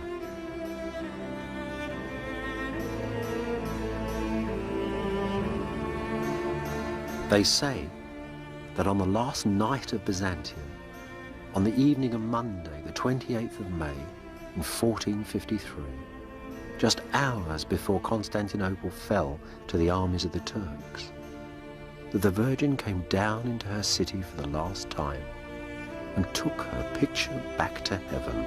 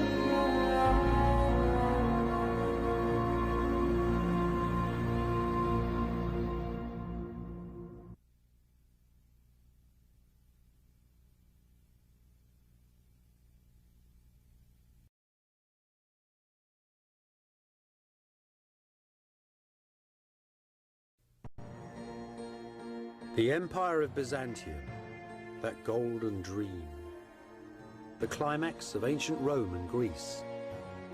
One emperor, one single faith. A dream that lasted for 1,000 years, a dream shattered by the armies of the West.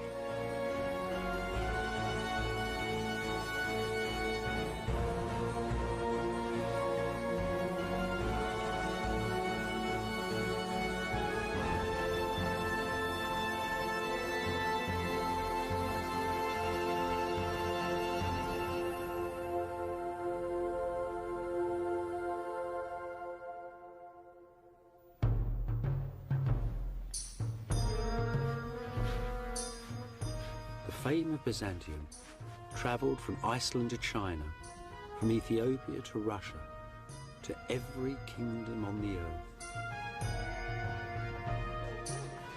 And at its centre, Constantinople, the world's great marketplace.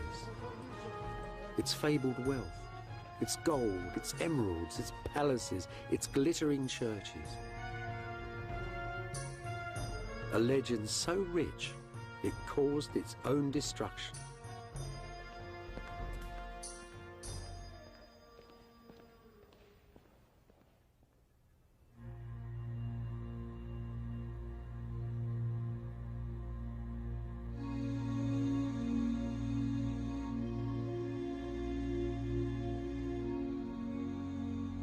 Founded in the year 330, the Christian Empire of Byzantium had its centre here, in Istanbul, in modern Turkey.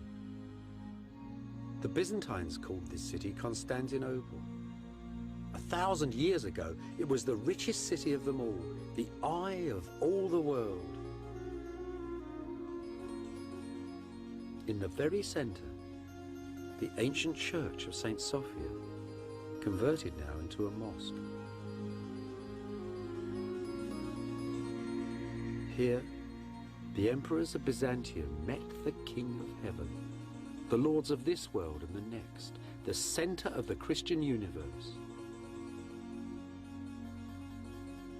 Visions of this holy city and its golden emperors filled the mind and the imagination of every medieval prince and king until one day, an army of the Christian West came here and destroyed it.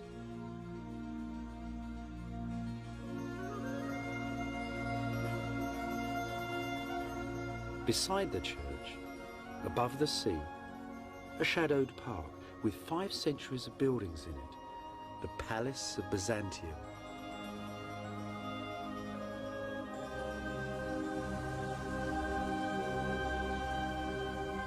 A 1,000 years ago, there were gold pavilions here, chapels, mansions, set in a sea of green. An earthly paradise. One of the most potent ancient legends of our planet, the home of God's emperor on earth. So where is the Holy Palace of Byzantium in modern Istanbul? That's a lump of it there. A sad, pathetic pile of brick. You have to go into the streets, into the alleyways. You really need a map. Look, I'll show you. Modern Istanbul. Why the map's always open the wrong way? Modern Istanbul, ancient Constantinople. I'll show you what I mean. Look, there's the great Roman roads coming into the centre of town, the Hippodrome where the people met the emperor, the great church just beside it. And there, between that wall and that one there, that whole area was all palace. Dozens of buildings, dozens of churches, all together, high and glittering right across the hill. So you might ask, where the hell is it now?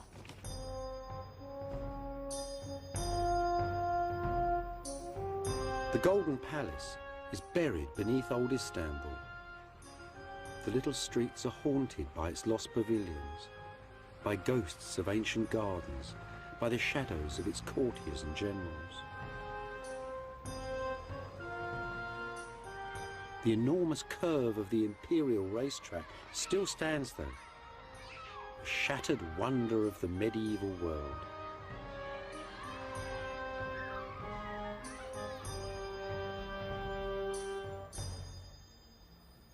We're right at the very heart of the palace of Imperial Byzantium, and there's a corner shop. Well, at least you could say the Byzantines invented corner shops. They had a law about them. There should be one in every street, they said, for the necessities of life. That there, though, that's something else. That's a part of the palace itself. Just part of the foundations, though.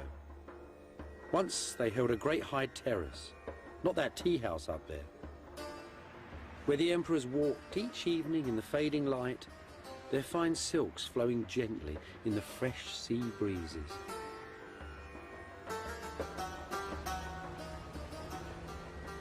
Constantinople was the greatest seaport in the medieval world. Arab, Russian, Viking and Italian boats once sailed along these walls. This is the ruin of an imperial pavilion, some 14 centuries old. The warm sea once splashed against these walls. Those are the doors through which the emperor once walked to board the royal yacht, the Greyhound.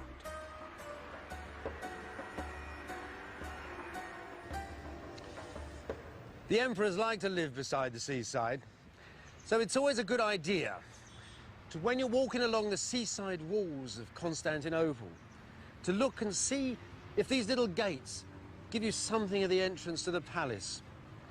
Some of them don't look much today, but they're very interesting. See this Greek text?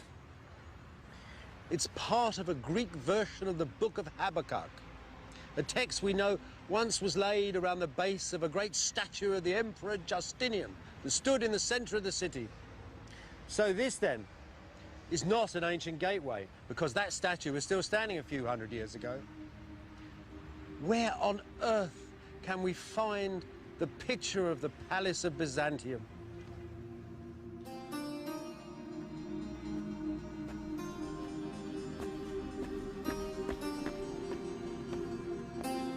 It's still here, of course, in its imitations, in echoes of the great palace of Constantinople that stand in Sicily and Spain, in Syria and Rome. Villas, gardens, and verandas, all set like tents across the hill.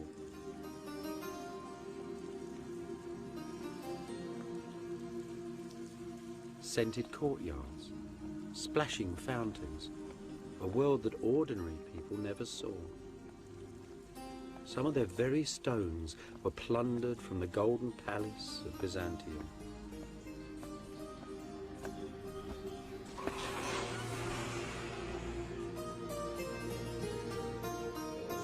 There were churches too, filled with the holiest of relics. Fragments of the true cross set in gold and blood-red rubies.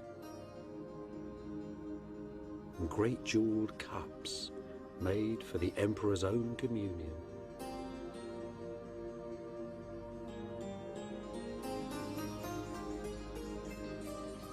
And at the heart, at the very center of this magic palace, Byzantium's throne room, the throne room of the Emperor of Christendom.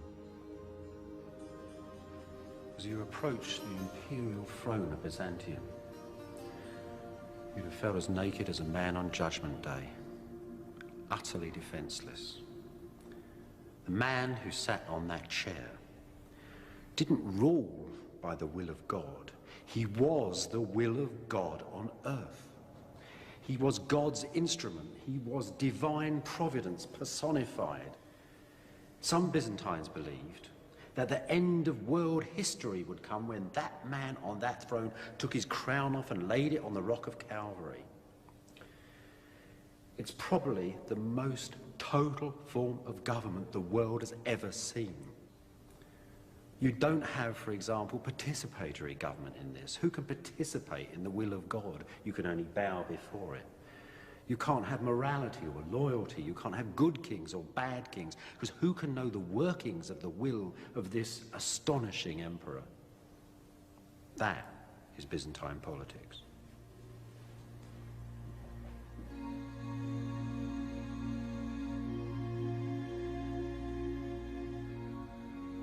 Byzantium ruled with cosmic certainty. It didn't dominate its neighbours with vast armies, but with images of God and government, with bars of gold and promises of princesses in marriage and alliance, all dressed up in the silk robes of Byzantium. The Byzantines operated a kind of cultural imperialism, and at the centre of the show was Constantinople, the Golden Palace and its emperor, the rituals of its church and court.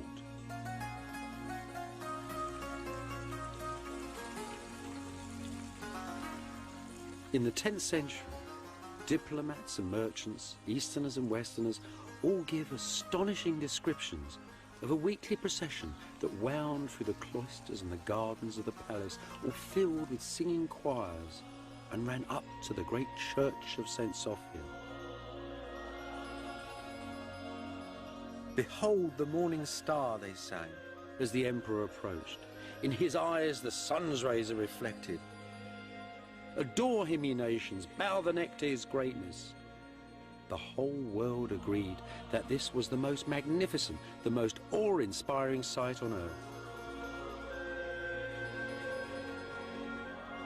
At its ending, the procession passed up a wooden walkway that ran right up to the gallery of the great church, and entered St. Sophia through this door.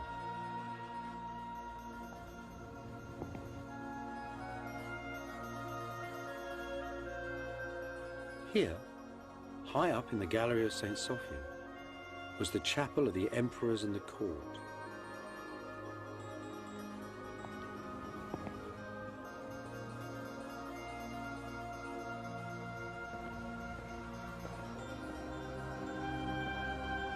Below the balcony, in the incense and darkness of the ancient church, pilgrims from Asia, Africa and Europe visited and kissed 1,000 holy relics, a little holy land of marble, gold and bronze.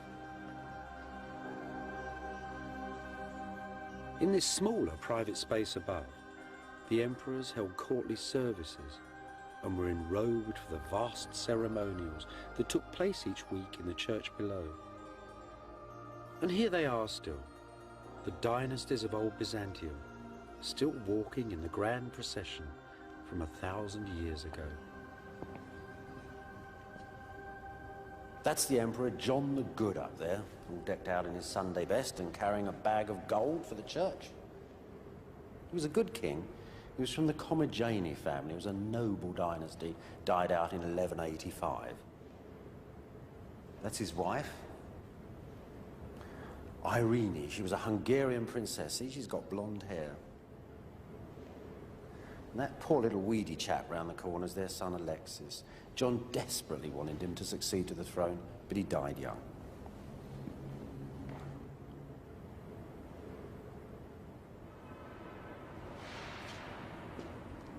That person there is the most celebrated, most married monarch of the Macedonian dynasty, the Empress Zoe. Zoe ruled Byzantium in her own right in the 1050s. But Zoe also had royal blood in her veins, and she legitimized 3 successive husbands as emperors. That's the last of them, the pious Constantine IX. If you look closely, you can see that the head of that figure's been changed. I bet there were portraits of her other 2 husbands underneath. Now, the funny thing about this mosaic is that Zoe's portrait's been changed along with her husband's too. You know, some historians have said that she was very vain, certain she was beloved of the people of Constantinople, who thought her very beautiful. And you know, she was almost 60 when that portrait was made.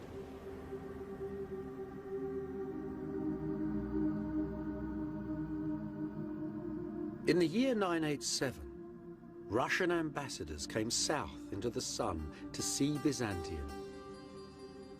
They told their prince, the ambitious Prince of Kiev, that they couldn't begin to describe the splendor of St. Sophia. They could only say that God dwelt here within it, and they were all baptized. Just as it intended, Byzantium had dominated its neighbours with pious splendour and magnificence. These Russians, though, were tough and warlike. Despite their newfound faith, they still hovered dangerously on Byzantium's northern borders.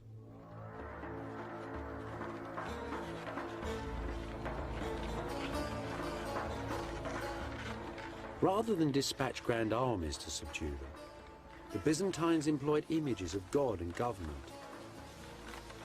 They built churches in Central Europe, the like of which the Northerners had never seen.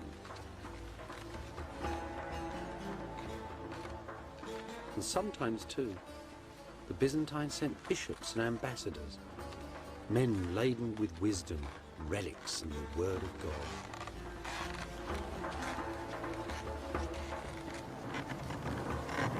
The Byzantines didn't like to travel north in the winter. The diplomats had to go sometimes with little bars of gold stamped with the emperor's name, wrapped in furs and stuffed under the sledge out of the way. The gold to bribe local chieftains to attack one another rather than to go and attack Constantinople. It was a terrifying journey. First of all, you went to a Byzantine border fort. There the governor tried to grab a few of the sons of the local princes to keep them under control. And then you set out across the icy wastes.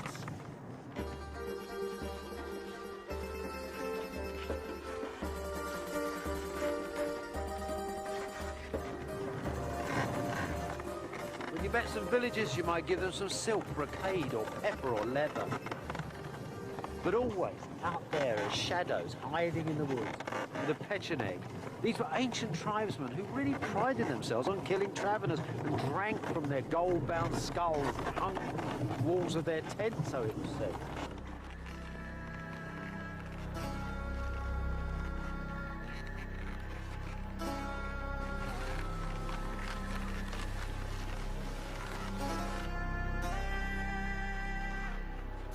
After months of travel, you'd arrive at the side of the frozen river Dnieper and look up at the great fortress of the ruler of Kiev, the prince of the Varangian Rus. Before Byzantium, the princes of Kiev had all lived in wooden huts. These towers and domes and all the dreams they hold came here from old Byzantium. And the story of their making is an extraordinary tale.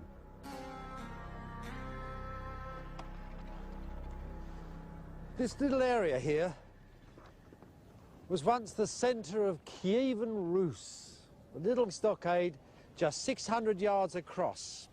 Now you've got to think it's the year 988. There's Prince Vladimir, a Byzantine bishop, and a lot of Byzantine craftsmen are coming out here. It's just before dawn. It's very cold. And at a particular holy moment, after a prayer is said, they plant the position of the altar. And then, as the sun comes up and a shadow is cast across the snow, a nobleman called Simon, so tradition tells us, took off a golden belt and they measured out 20 golden belt lengths. And that would be the first church in Vladimir's kingdom. It's an astonishing moment in history. It's the old technology of Greece and Rome, 1,000 years after those empires are gone, going into parts of the world that they had never managed to conquer.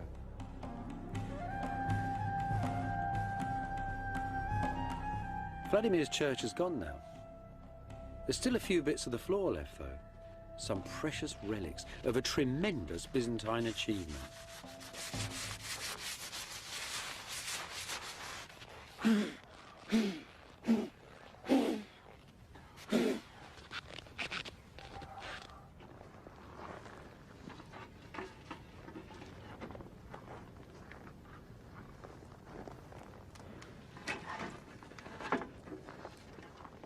Dziękuję. You know, it's at times like this, archaeology really comes alive. Look, this isn't just a little old bit of brick or mortar or something. These are the first bricks ever laid in Central Europe. It's not just stone on stone either. This is like somebody got into a Cadillac and drove it into the middle of the Amazon and parked it in a village where nobody had ever seen outside people before. This is astonishing. Look, it's only a bit of ceramic and a bit of mortar. You need two separate kiln masters with two separate kilns for that. They have to find the lime to make the mortar. They have to go to the river to find the clay down the road here. They have to build their kilns, cut the trees. And then they got them cutting stone, local stone, hewn from open quarries for the first time. The Russians didn't like working stone. There's an old Russian proverb: it is easier to teach an ill-tempered wife than it is to cut stone. But actually, their real problem was the weather. It was truly terrible. It was either freezing cold, and they complained bitterly that it was so difficult to lay bricks in fur-lined coats and mittens. And then when it thawed, this area was a mass of mud, and they had to devise incredibly elaborate wooden structures to hold the building up at all when they extended the foundations. So this is an extraordinary enterprise. How ingenious those people were coming from the south, how determined. It took them 8 years to get this place up. They learnt, though, the next time they built a church in 5 years.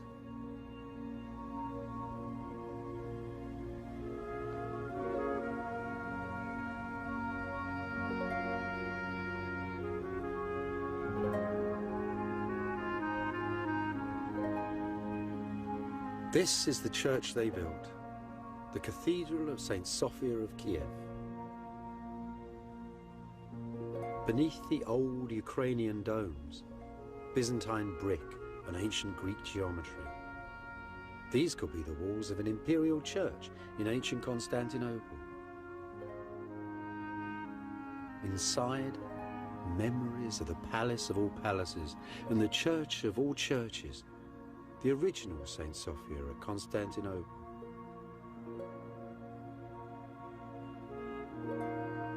And gleaming mosaics too, made by Byzantine craftsmen sent here to work for Vladimir's son, Prince Yaroslav. Carefully preserved images of Jesus, Mary and the saints, images of government and holiness to pacify the north. The heavenly court of old Byzantium, floating high above the Prince of Kiev.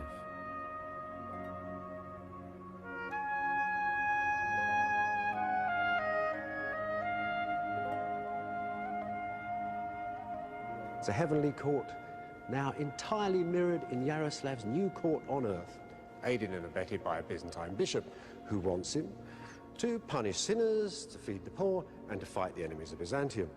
But there's something else going on in this wondrous building, something else yet more subtle. It's like a soap opera here. It imparts manner, it imparts gesture.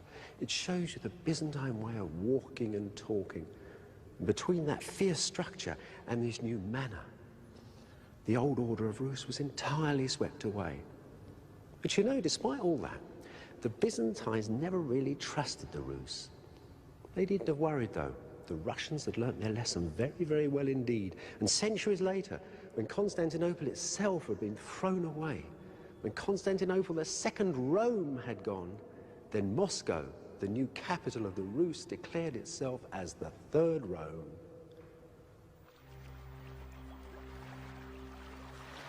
Just as the dangerous northern tribes passed under Byzantium's golden spell, so did its southern European neighbours, in Greece and Italy and the islands of the Mediterranean.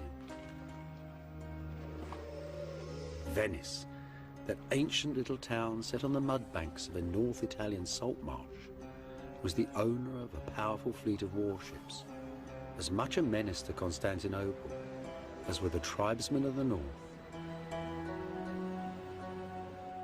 Beneath the stones of Venice, then, the bricks and columns, the technology and arts of old Byzantium. Just like Kiev, Venice's first churches and its most powerful images of God and government all came here from Byzantium.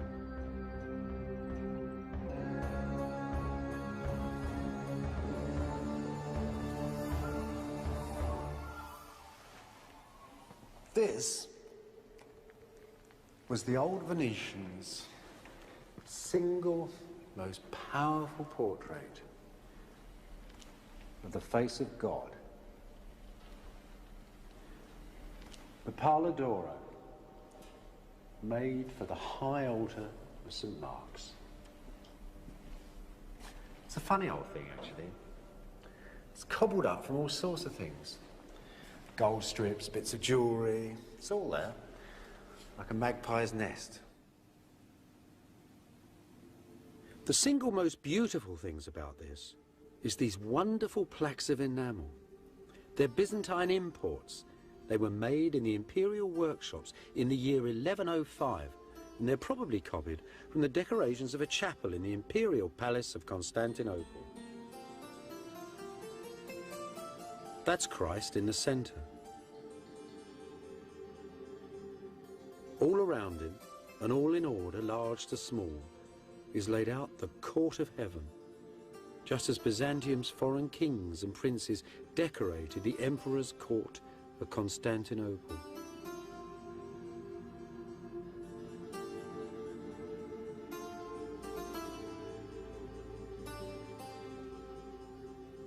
If you were a useful ally for Byzantium, and you sent off 30 or 40 pounds of gold to Constantinople with a humble letter, the emperor might just honour you with some of these panels, pictures of God and your local saints, and portraits too, of you amongst the golden prophets and the angels of Byzantium.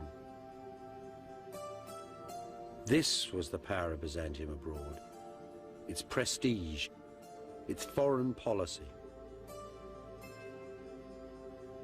This little chap here is Ordolafo Fallia, the ruler, the Doge of Venice. He's the man who commissioned the greater part of the Pala d'Oro. Now this is where you can start to see something of that provincial envy of Byzantium starting to work. That envy that almost rose up and threatened to destroy the great imperial empire. Look, I'll show you what I mean. There's the man, there's the Virgin Mary, and there you would expect the man's wife. But it isn't his wife. It is the Empress Irene of Byzantium. So what's going on here? Well, I think the Venetians have sort of rejigged it. So the dear old Doge of Venice, who by Constantinopolitan rights was a minor official on the edge of empire, suddenly popped up as, you know, married to the great empress. They've also, the Venetians, cunning devils, given him a halo. You see, they've soldered a whole new head on there. The Byzantines would never have sent a figure of a local ruler with a halo on, so he's sort of really bumped up in the holy hierarchy here. But there's one thing the Venetians missed, and this is quite funny, because rulers in the celestial universe wear red socks. The Virgin Mary has red socks, the Empress has red socks, all the kings on this have red socks. But poor old Ordolafio doesn't. So he isn't really at the top of Byzantium's holy hierarchy. You don't think that's important? Ordolafo would have done. Deep down, he knew that the great Byzantine God that ordered everything within this Christian universe had seen that dubious halo. Also that this same God held the power of eternal life and death.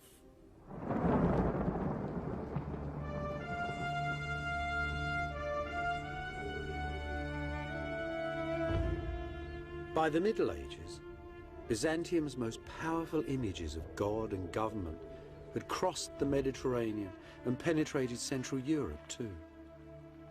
And always, at the very heart of this Christian universe, was the golden emperor of Byzantium and the glittering city of Constantinople. What did that legendary city really look like?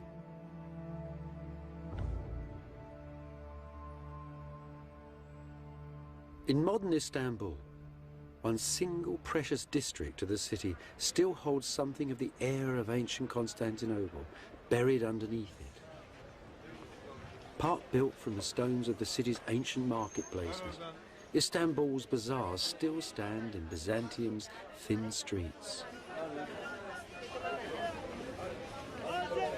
That old electric mix of races and religions, trades and professions is still here as well, just as it was 1,000 years ago. Oh my God. What are they then, monsieur? Censure? Türkçe sülük. Sülük. Leeches. Leeches. Yes, leeches. Leeches. So, clean your shoes, clean your blood. Doktor. Eczema. Excellent. Eczema. Romatizma. Romatizma. That's amazing.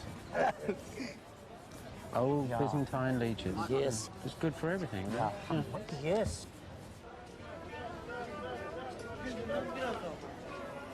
Set between the east and west, Constantinople was the world's great marketplace, a living legend. Goods from Byzantium's bazaars are found today in excavations in Sweden and Afghanistan, in England and in Russia. And like Coke cans in the Gobi Desert, they give out a very special buzz. Something for your constipation. Henna for your fingernails. And come in. Everything the Byzantines had. Sultanas. Bet they didn't call it that. In Byzantium, women mostly made the deals. Nowadays, though, the traders here are men.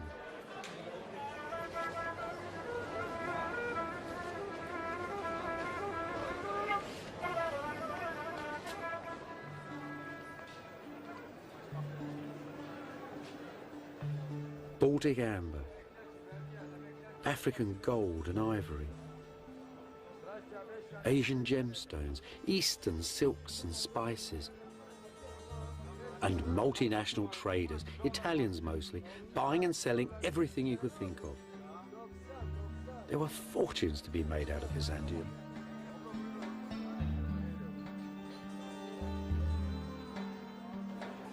You know, the weavers, the great silk bazaars of Byzantium have been famous for centuries upon centuries. In the West, they just had little bits of Byzantine silk and they used it to wrap the bones of saints and to put upon the high altars of cathedrals.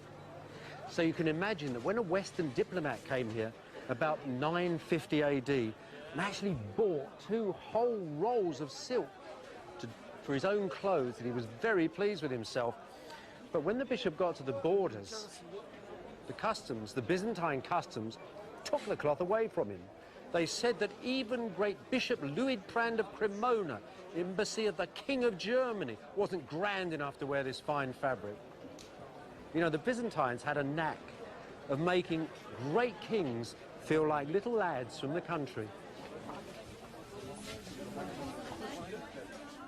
The old bazaars had ancient wisdom up for sale as well. In Byzantium's book market, the best part of the learning of the ancient world was copied out by publishers and merchants. And here it is still today, the oldest bookstore in the world. You know, this is an amazing place. Just think, 600 years ago, there was a very famous Arab travel writer, and he was coming through here, rummaging about in the bazaar looking for books. Ibn Battuta, he was called. Anyway, there he was, rummaging around. There would have been more people here then, lots of scribes actually writing them. And a Byzantine magistrate who was walking through the square recognised him. And the old 2 men got together, the Arab and the Christian, and they sat down and they talked about writing books. They talked about travel and the joys of scholarship. Westerners really loved the book bazaar in Byzantium. They could find things there that were real legends. Magical lost works like this, for example. This is a copy, a Greek copy, of an ancient work made in Alexandria by an ancient Greek. And it concerns the workings of the universe. Westerners only knew this from the talk of learned Arabs. Now, after visiting the bazaar, they could actually own a copy of Ptolemy's Alchemist. Books like the Alchemist gave algebra and chemistry to Western Europe. To Westerners, it must have seemed that all the wealth and wisdom of the world was held inside Constantinople and in the houses of the lucky people of Byzantium.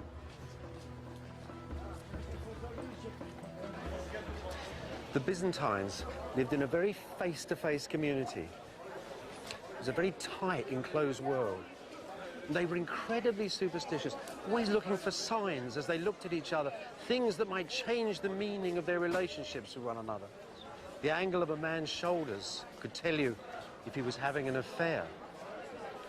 If you had a dream that you'd put on a pair of shoes and weren't going anywhere, it meant you might be getting married. You could nod at a woman and it meant that you would be having an affair with her very shortly. Superstitions everywhere.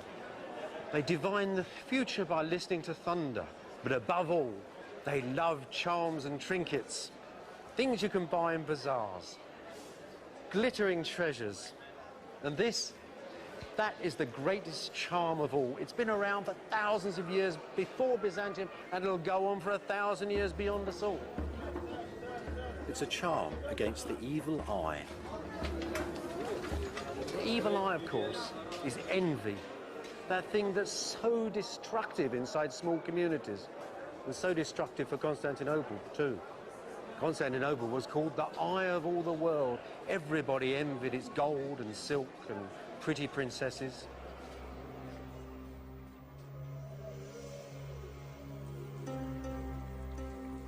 Not everybody, though, was allowed a glimpse of heaven. Poor old Bishop Luitprand of Cremona, who'd come to Constantinople for silks and for a Byzantine princess for his prince, hadn't got either of them. The Byzantines had lectured him upon the gross behaviour of his prince and sniffed at the very idea of sending an imperial princess to such a barbarous and distant kingdom.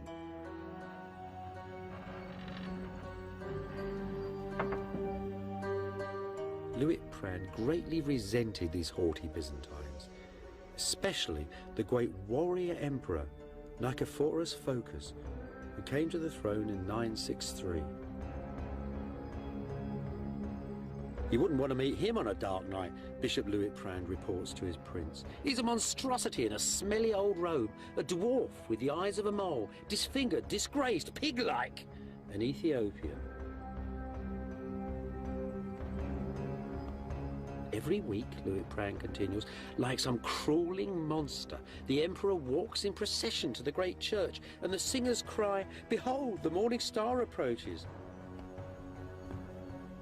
They might just as well sing, "Come on, you burnt-out old coal, old woman, clod-hopping barbarian."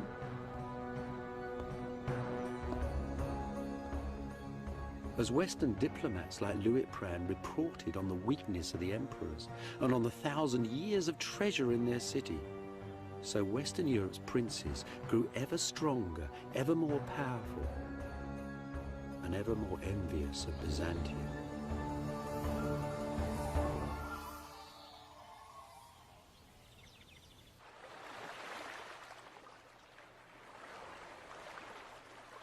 In 1204, the Venetians managed to divert a cutthroat army of crusaders from their sacred vows to capture Palestine for Christendom.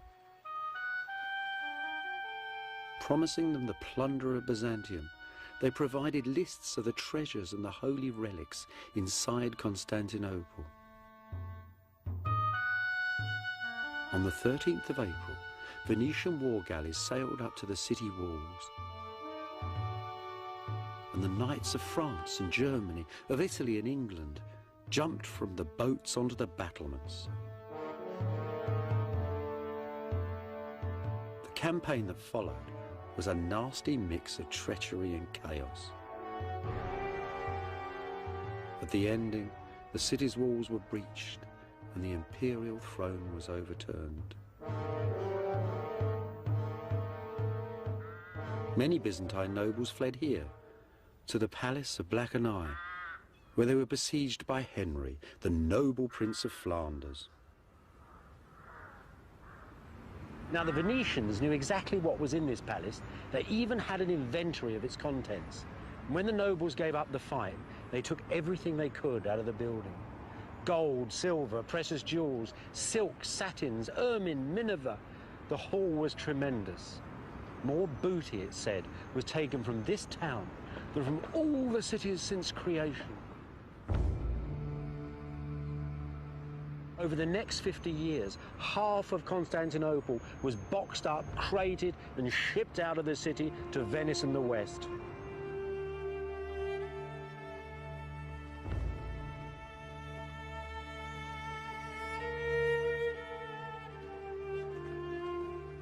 At the very heart of Venice, between the State Palace and St. Mark's, the old state church, is the city's ancient treasury. And the root of that treasure was the plunder of Byzantium. It was Europe's pawn shop, really. Emperors left their crowns here for cash. The King of France actually bought the crown of thorns from this room. And in the 1790s, when Napoleon and his armies turned up in Italy, he was able to take half a ton of gold from this room and melt it down just to pay his troops.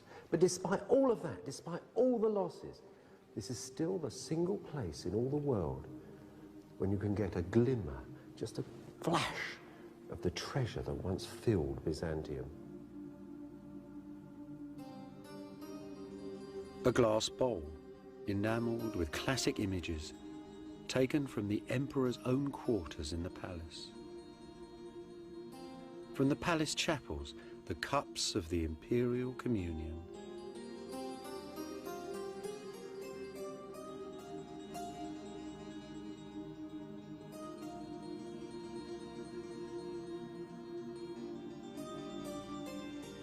A golden icon of St. Michael, studded with Indian emeralds. The Byzantines used its glowing colours to foretell the future. This too came from the palace, probably from the chambers of a queen.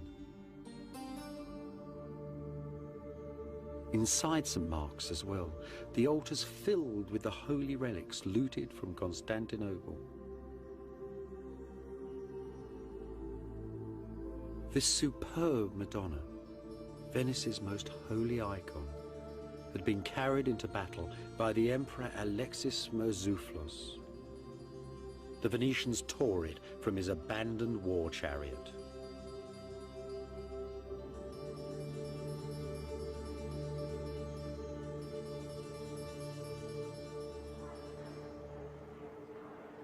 It's not just the inside of St. Mark's that filled with the plunder of Byzantium.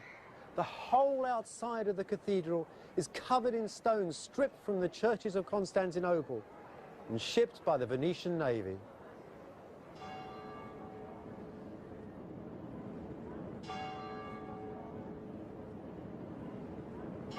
A great new balcony was built from the stones of old Byzantium, and 4 bronze horses, said to have come from the very heart of Constantinople, were set up high upon it. St. Mark's was plated with the plunder of Byzantium. Today, the old brick church has all but disappeared beneath the foreign marble. Shiploads of columns from Constantinople now decorate the doorways of the church.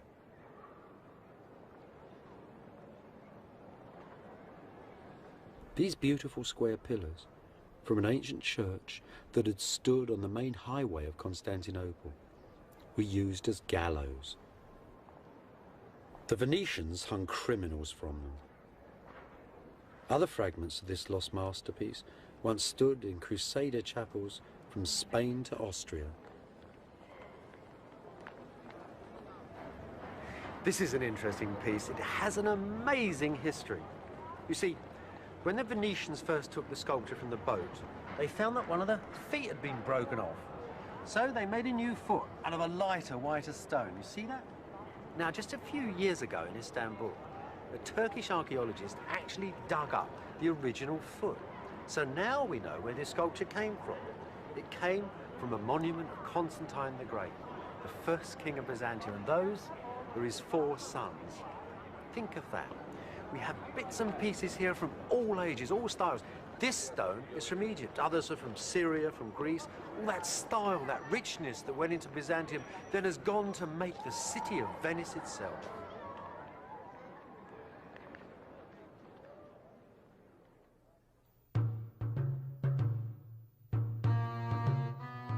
Byzantium didn't just make Venice beautiful. All the courts of Western Europe now held the plunder of Constantinople. Objects whose hypnotic sparkle crackled through Western Europe.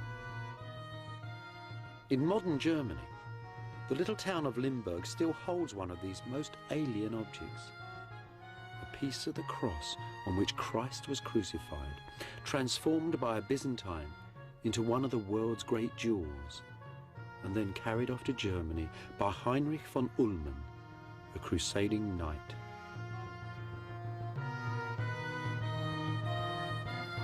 In 1235, when this church was just being finished and the Crusaders were still ruling in Constantinople, that doorway would have been surrounded by the ill, the mad, and the crippled, and the poor.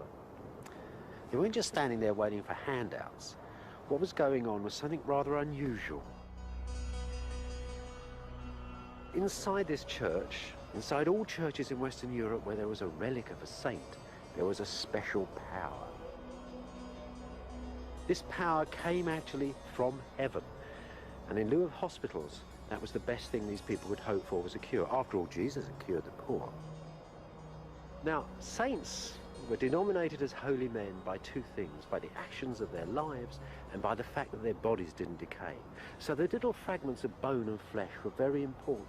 When people went up to their shrines and touched them, they were in touch, you might say, with a little bit of heaven, as if there was a hole in the holy ozone. You could reach up through heaven, through the words of the priests and the incense and the music, and some of these blessings could rain down upon you.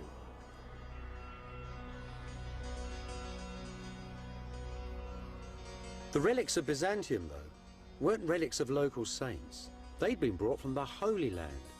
They were the personal possessions, some of the very things that Jesus and Mary had touched, and they were never used to cure the poor. These holy things were held in the imperial churches and in the palaces of Byzantium. In that extraordinary world halfway between earth and heaven, they confirmed the divine role of the emperor on earth. By stealing these powerful objects from Constantinople, the pious kings of Western Europe had gained a confidence they'd never had before. This then, that taking of the relics, was the taking of the holiness of the divine right of kings, the beginning of Western Europe, of Eurocentricity, and almost, you might say, of the modern world.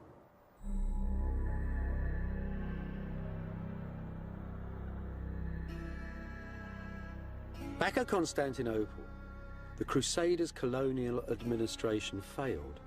The knights couldn't balance the books. Driven by debts and petty wars, they left for home.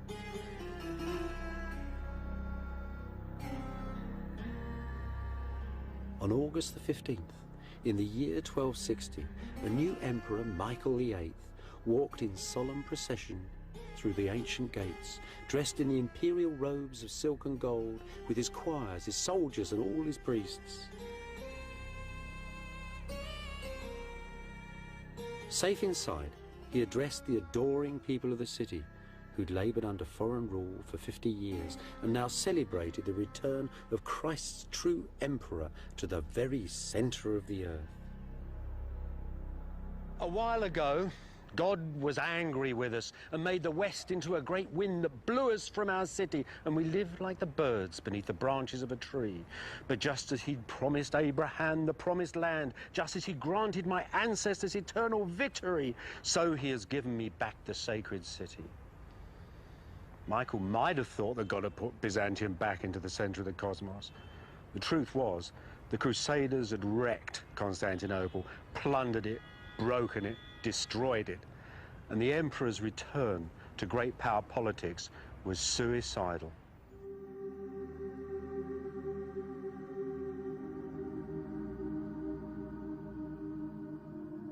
Michael and his Byzantines didn't know that, though. As Michael said, they thought that God had restored the cosmic balance, that the golden dream was up and running as before. In the imperial chapel, in the gallery of St. Sophia, their artists made a celebratory mosaic for the emperor's return. Jesus, Mary, and St. John the Baptist.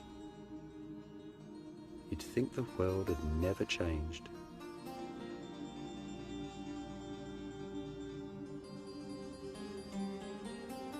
Just 20 feet away, The stone is said to mark the grave of the Venetian who led the Western armies to Constantinople.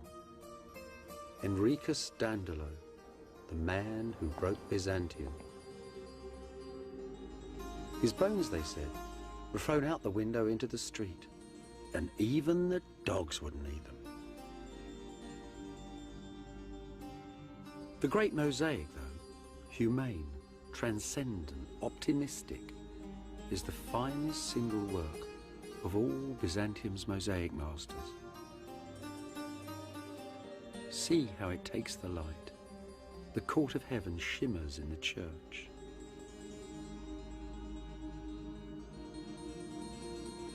This is the Christ the Byzantines had always worshipped.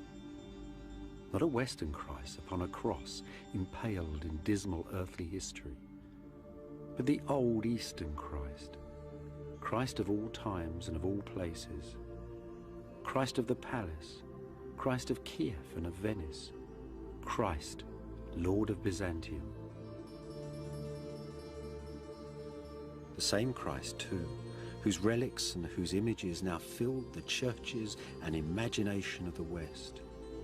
The Christ whose soft, impassive face would watch his Eastern Empire gently fade away.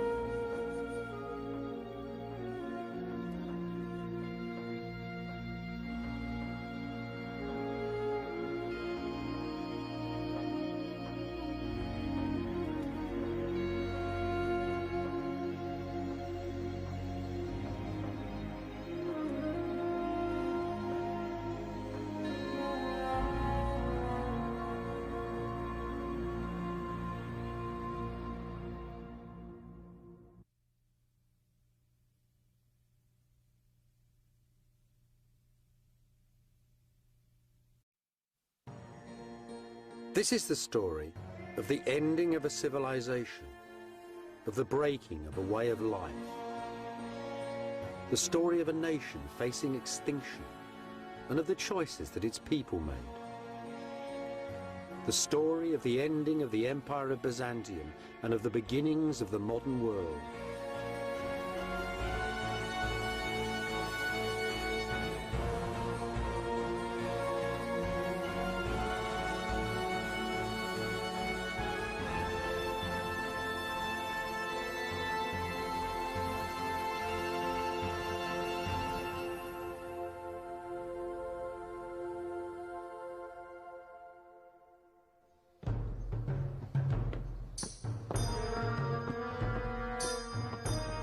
The last years of the Empire of Byzantium were filled with stress and beauty.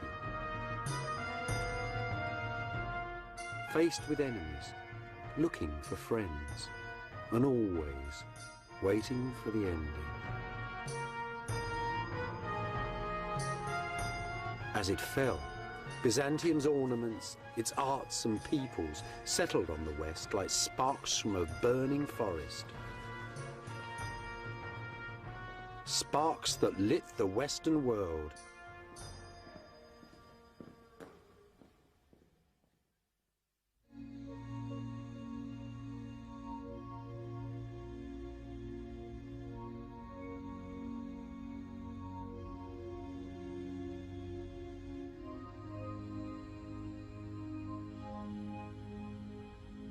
I'm standing high above the Golden Horn in Istanbul, in modern Turkey. I'm standing right on the edge of Europe, too. That's Asia over there. Now, 800 years ago, from here to the Great Blue Sea was the most famous palace in the world. Its wealth, its beauty, its sacredness was the envy of people from Iceland to China.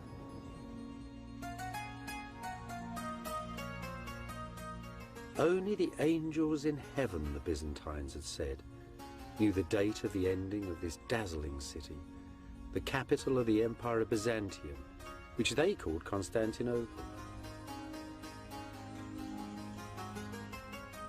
Late in the Middle Ages, though, in the last 2 centuries of Byzantium, when the Crusaders had half destroyed the city, and with the armies of the Turkish sultans closing in upon its walls, you didn't need to be an angel to know the end was very close.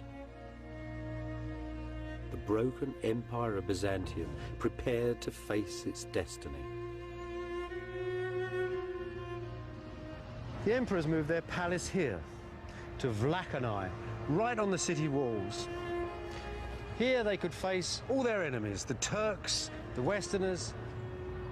Here too was a great church and a most sinister prison, where half a dozen emperors were executed or blinded in terrifying family feuds.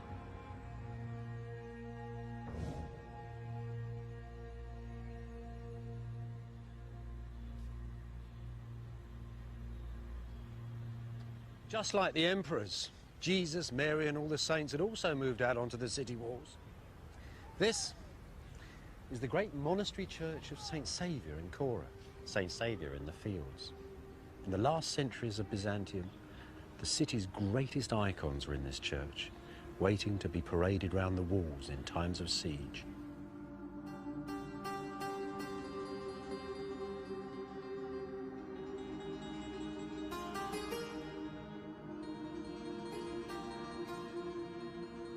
St. Saviour's was Byzantium's last masterwork, a jewel box set beside the city walls.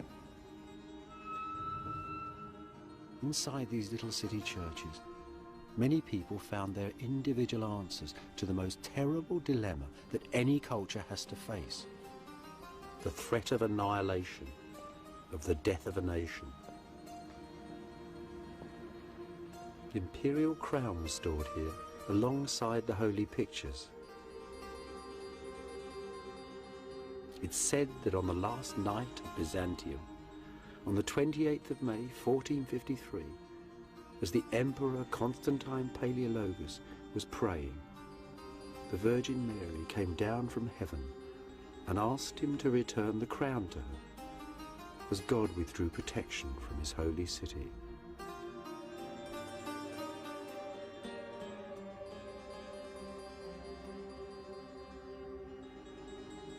Above the door in shining gold, an image of the church's greatest benefactor, Theodore Metachites, Prime Minister and High Chancellor of Byzantium.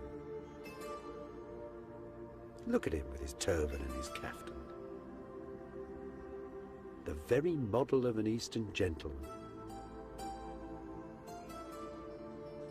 Yet Theodore and the Byzantines were a very ancient people, the living remnants of the world of Greece and Rome.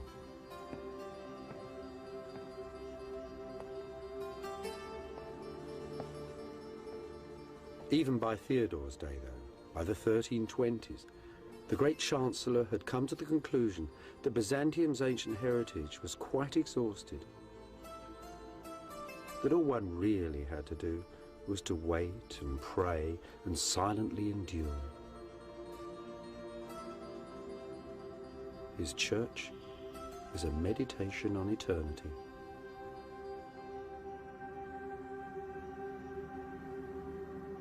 Theodore's artists have given us one of Byzantium's finest images, perhaps one of the greatest paintings ever made.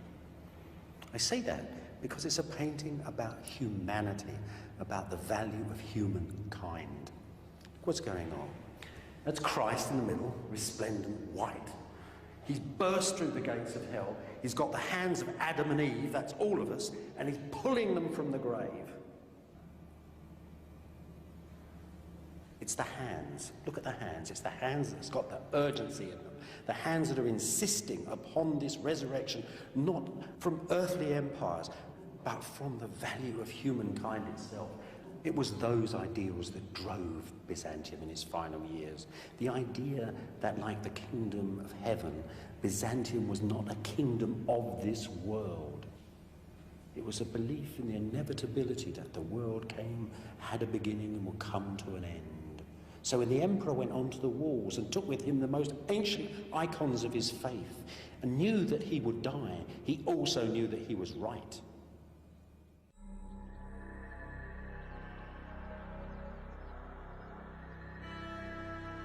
Many Byzantines believed that if an enemy ever broke through these vast old city walls, the very statues of the ancient emperors would come alive and drive the invaders from the city. For them, Constantinople was a sacred city, the center of the world, inviolable. Yet they too could see the Turkish armies drawing ever closer and their ancient city descending into ruin.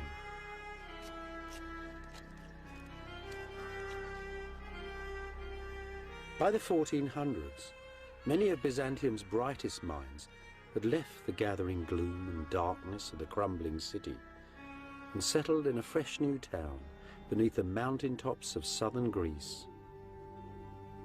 A sparkling town on a hilltop close to the ruins of ancient Sparta, a town called Mistra. A miniature kingdom ruled by the emperor's brother Theodore and Queen Cleope, his Italian wife, where Jews and Greeks, Byzantines and Italians, Greek and Latins could live happily together.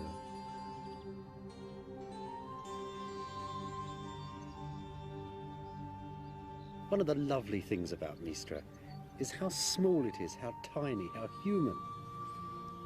Everything here is democratic. As you walk down the street, you'd have bumped into everybody. You might have seen Italian merchants. You might have seen beautiful Queen Cleope walking amongst the flowers. And you might have seen the retired Emperor John, here to visit his family, now a monk buzzing busily from church to church. At the hub of Mistra's life was a charismatic teacher from Constantinople, a follower of Plato, the ancient Greek philosopher, a man called Plethon.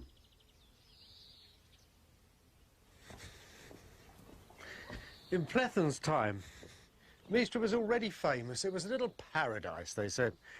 The men were handsome, the women were beautiful, and the stones were from ancient Sparta itself. But everybody knew that they were doomed.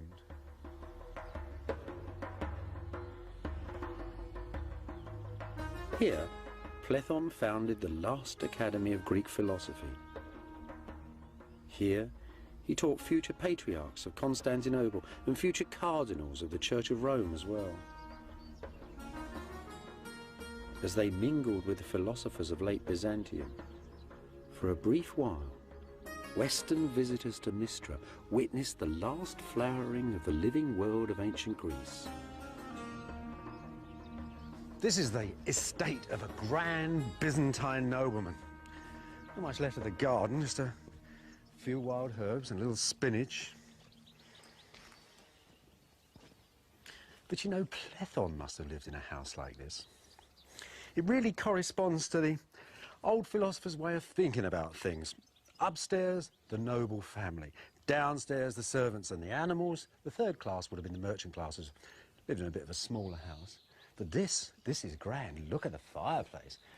Great big flue going up through the wood ceiling and the tiles to the outside. Just like a modern fireplace with a big canopy going down the front. Those two holes there supporting the wood that held the cooking chain would have hung right down there with a big pot on it with two great stones underneath. Everything was cooked there. If they wanted to roast anything, they'd send it out to a local bread oven. Now, all the rest of the activity of this house went on in one big room. What you've got to think of here is little cubicles with curtains around. The lavatory, the beds, any little private areas that people wanted. This was a very simple life because these were the leading men of Byzantium. Plethon was very proud of it. He said that even great Queen Cleope herself, who would have lived in a house like this, actually had given up the soft and decadent ways of the Italians and taken up our own innocent behaviour, he said. So you've got to think, old Plethon, sitting perhaps in the evening light, looking out over the Vale of Sparta, what would he have done? Well, he scribbled letters to the Duke. Plethon was very worried about the condition of Byzantium. He thought the world needed reformation, and he came up with all these amazing ideas from ancient Greece. He was a bit of an old fascist, really. A lot of his ideas were terrible, but he was a magnetic character. People loved him. Like all professors, they loved listening to him and didn't take a word of notice of what he said.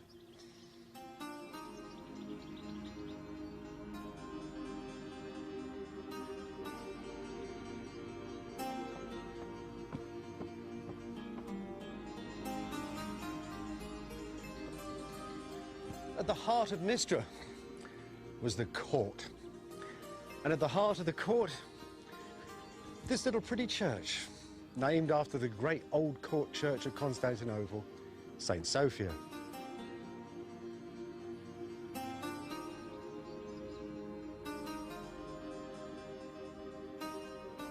There's not much left here now. Just Christ up there on the wall, and a few beautiful fragments of marble. Most of the church has been stripped out completely. There's even a little double-headed eagle still up there, the double-headed eagle of the last emperors of Byzantium. But the real treasure is here on the floor. Look at this. See that? That stone there, that purple stone, that's imperial porphyry. That's a stone, well, it's the half-magical stone of Byzantium. When this church was built, it hadn't even been mined for 1,000 years. Yet little chippings of it were taken around the world and set in floors like this. It was the stone in which Roman emperors had been born in rooms that were covered in it. This, though, was probably the very stone where the last emperor of Byzantium was crowned. Constantine Palaeologus, the last ruler of Mistra, was crowned here on the 6th of January, 1449. 3 years later, he died fighting on the walls of Constantinople as the Turks took the city.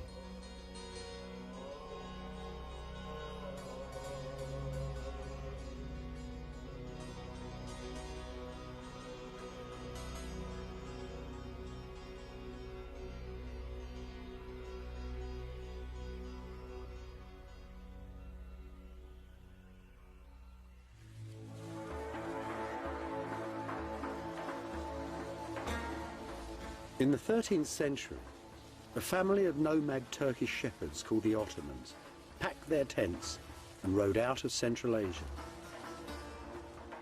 2 centuries later, the Islamic armies of the Ottoman Turks, commanded by members of that same family, had conquered most of the territory of Byzantium and a large part of Southeast Europe too. The centre of this enlarging Turkish empire was a city at the borders of modern Greece and Turkey, the city of Edirne, the capital of the Turkish sultans.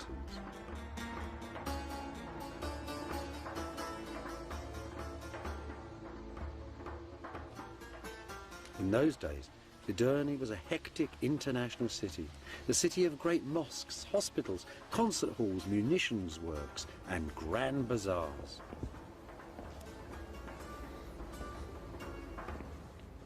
This is one of the colleges of learning at Edirne. In Sultan Mehmet's time, there were many of them here, and they formed a circle like a university around the court. It was an international university. There were Italians here teaching the Sultan's children how to speak Greek. Byzantine nobles sometimes sent their children here for a good education. Old Plethon came here as a young man. Here it was he met Persian fire worshippers who taught him all about their strange religion. Here it was too. He first read the works of the ancient Greek Aristotle. Clearly this dynamic, international, rich, powerful society was far more than a match for the poor old empire of Byzantium. It was also clear that the ancient city of Constantinople had been engulfed by this adolescent multinational empire, that Constantinople lay at the strategic centre of its trade routes and on the supply lines of the Turkish armies that were eating into Eastern Europe. That is why Byzantium was doomed.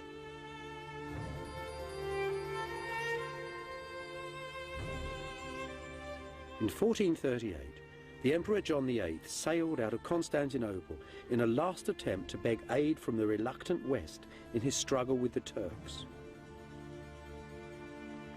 After 77 days at sea, the imperial convoy arrived at the friendly port of Venice.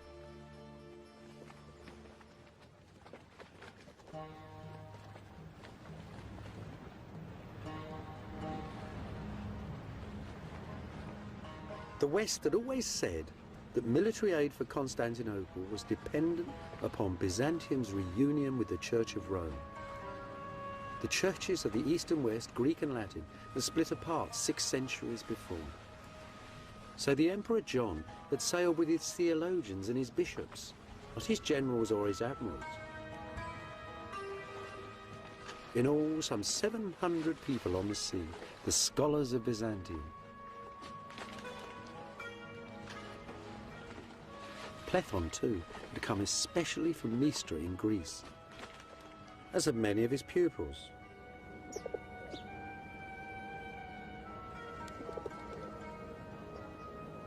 The most extraordinary thing about this gathering, that there were bishops and priests from all the cities of the ancient East, all the cities founded by Greece and Rome, the cities of Alexander the Great, the cities of the 7 wonders of the world, all had their representatives at the council, all at once and all together.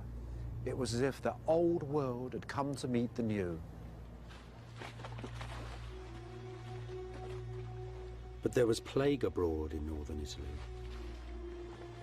2 Byzantine bishops perished in the first weeks of negotiations.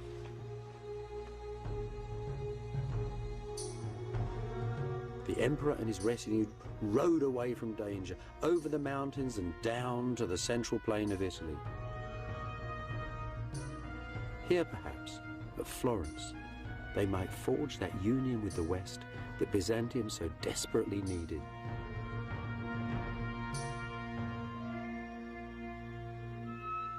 And here, too, they were memorialized in the frescoes of Benozzo Gozzoli, painted in the townhouse of the Medici family, the bankers who were sponsoring this Council of the Churches. That's John VIII, John Palaeologus from Mystra, Emperor of Byzantium, come to the West to seek aid. He'd ruled 12 years at this point. When he got here, the Florentines, those dedicated followers of fashion, thought he was a knockout. They had never seen turbans like that or crowns like that. The jewellers liked it. The Florentine weavers liked it. The painters liked it. This was a man whose dress and demeanour influenced fashion here almost for a century. They didn't like him much, though. They thought all the Greeks were haughty, sarcastic people who seemed to be laughing at jokes that they wouldn't share with the Florentines. Didn't like them at all, really. What they were experiencing, actually, was a typical Greek thing. It was the full force of the divine right of kings.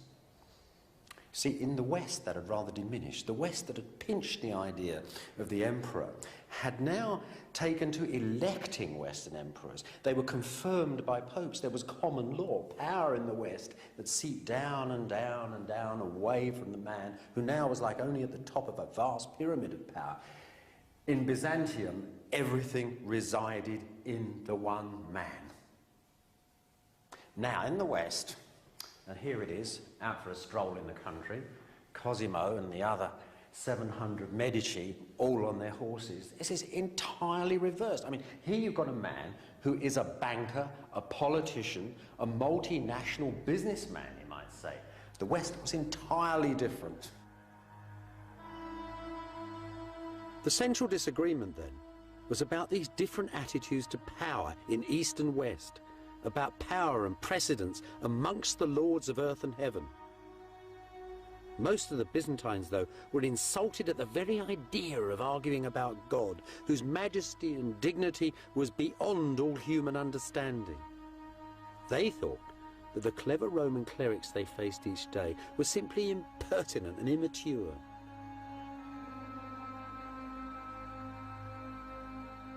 After a year of recrimination and debate, the Emperor John, still desperate for military aid, simply ordered his delegation to agree to most of the West's arguments.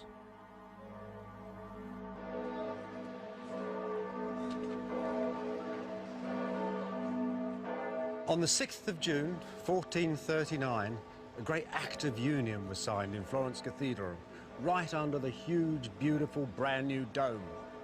An act of union between 2 churches, between the Pope of Rome and his assembled clergy, the Emperor of Byzantium, and whichever of his Greeks decided to turn up that day.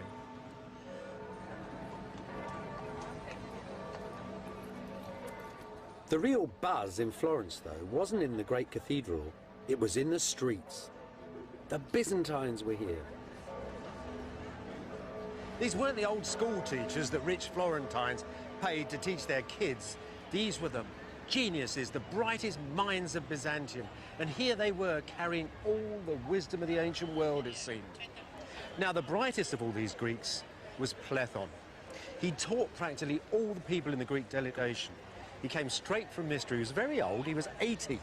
And he was as charismatic as ever. He gave lectures here, and the effect was amazing.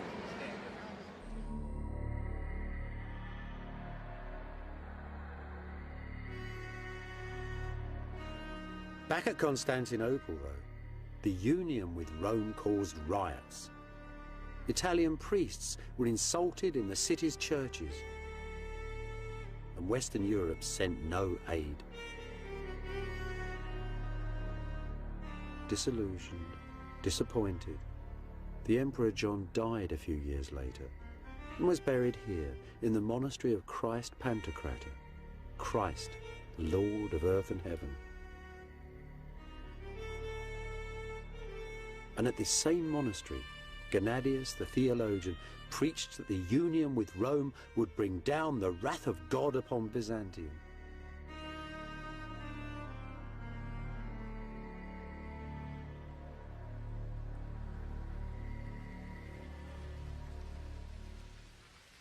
Meanwhile, at Edirne, a new young Turkish sultan, Mehmet, had taken up the Ottoman throne. At Constantinople, the new emperor, John's brother, Constantine, soon discovered that he now had a dangerous and most impatient neighbour.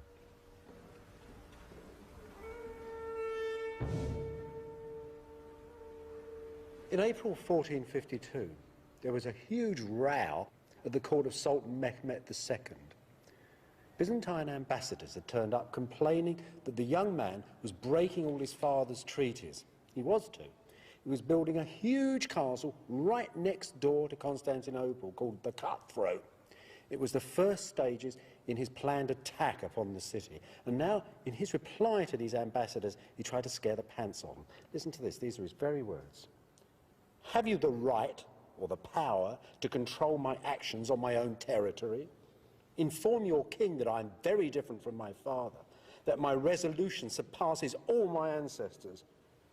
This time, you can return in safety, but the next man who delivers a similar message to me will be flayed alive.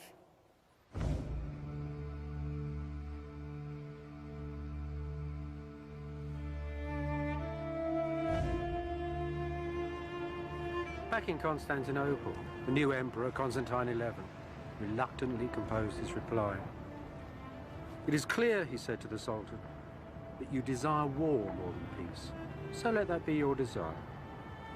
I release you from all your oaths and treaties with me, and in closing the gates of my city, I tell you I will defend my people to the last drop of blood."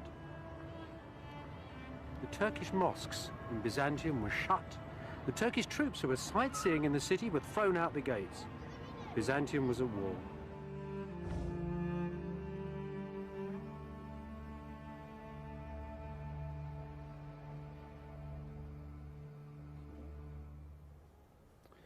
Mehmet was actually very touched by Constantine. After all, the Ottomans and Byzantines had lived side by side for a very long time. They'd fought together in wars, they'd intermarried. But Mehmet was also very determined. Listen to his reply. "I shall take your city," he tells Constantine, "or the city will take me. If, however, you admit defeat and withdraw, I will give you Mistra and its province, and we shall be friends. If you deny me peaceful entry, however, I shall slay you and all your nobles. I shall slaughter the inhabitants of your city and allow my troops to plunder it. The city itself is all I want, even if it is empty." Constantine's reply was brief. "You may have anything you want of me other than the city. I will not flee from it, nor will I evacuate it. You may have anything but the city. For the city I would rather die than live."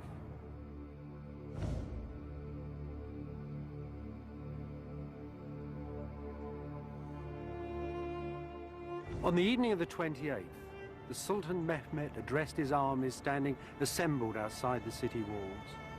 "I give you," he said, "the capital of the ancient Romans, the summit of power and glory, the center of the world. I give over to you the men, women, and children of this city, its gold and silver, its silks and furs. All I want are the buildings and the walls." It really was the standard offer of a medieval commander to his troops before the final assault. And they roared in agreement. "There is but one God," they said, "and Muhammad is his prophet."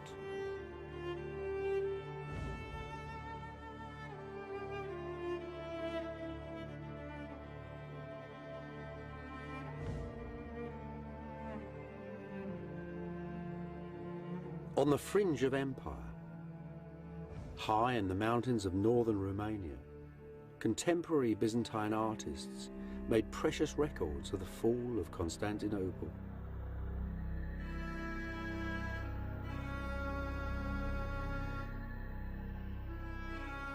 Here's the Turkish armies, waiting for Mehmet to order the final assault upon the city.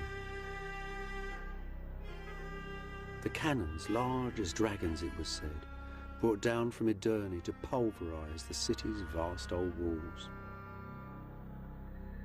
The Turkish navy fighting all along the Golden Horn, forcing the tiny armies of the Byzantines to fight on two fronts at once.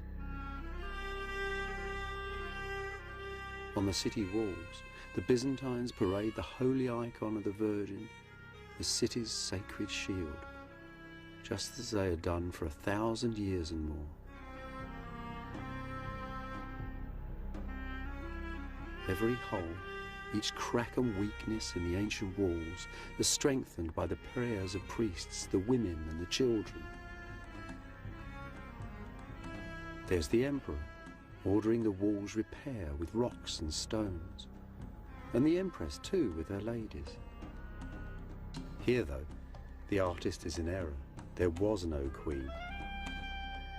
Constantine XI, Constantine of Mistra, was childless and a widower. The last emperor would leave no heir.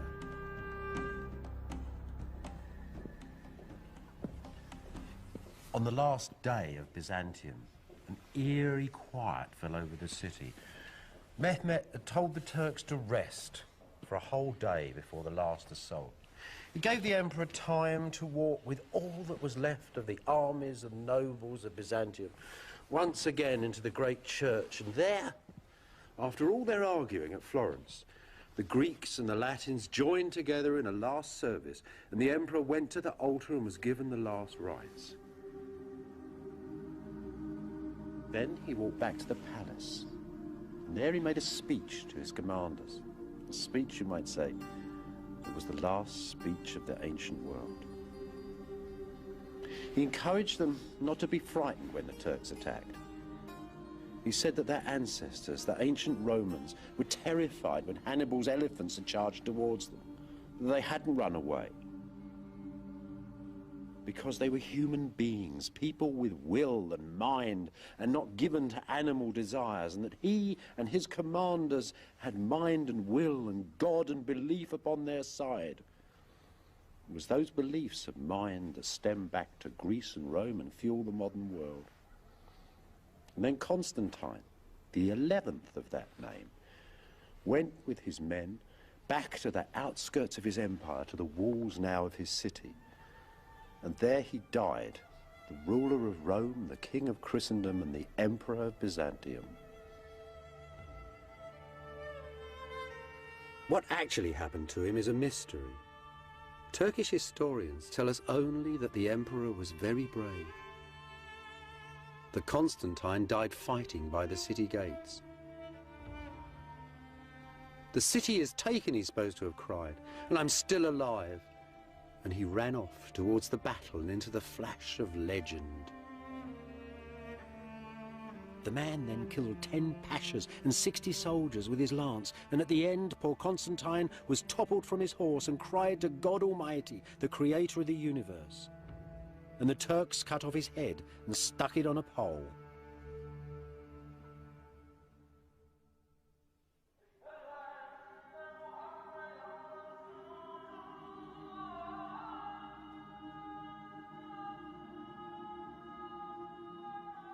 As he rode through the streets of Constantinople on the first day of the Turkish conquest, Sultan Mehmet found whole districts of the sacred city derelict and abandoned, saw hovels and graveyards built amongst the ruins of its legendary palaces.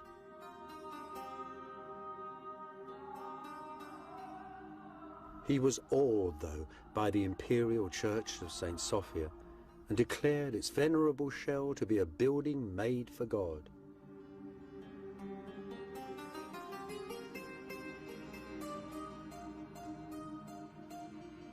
So the church of St. Sophia, the church of the divine wisdom, was converted to the mosque of Hagia Sophia, the mosque of the divine wisdom.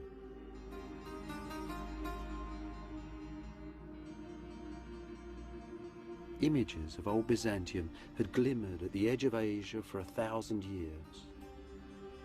Now new ghosts, new legends and new peoples came to haunt its fabled stones. Legend tells that Mehmet rode into St. Sophia on his war horse and placed his finger in this magic column and spun the church around to face Mecca for the call to prayer.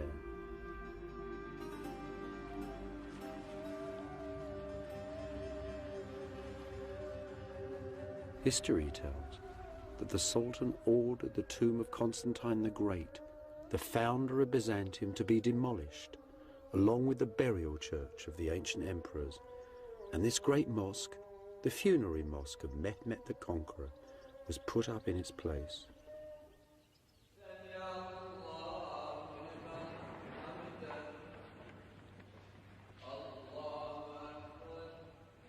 Yet Mehmet, a humane and sympathetic man, still wondered at this ancient ruined city and its unyielding inhabitants.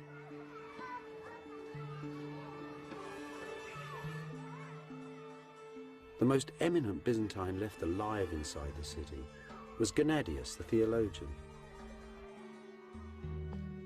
Mehmet visited him here, in the monastery of Christ Pantocrator. Who were the people of this crumbling ancient city, the Sultan asked him, and what exactly was their faith? Like most of the inhabitants of this most stubborn city, Gennadius would only answer for himself. You may not call me a Greek, he said, because I do not believe as those ancient pagan people once believed. You might call me a Byzantine, because I was born in this city. But I prefer simply to call myself a Christian. He might also have added that he considered himself to be an exclusive member, a leading light of the society that was God's kingdom on this earth.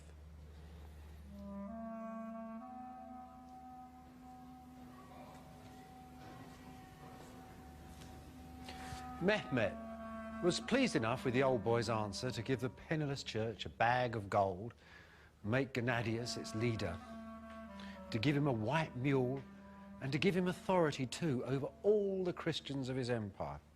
It was an arrangement that lasted for 4 centuries.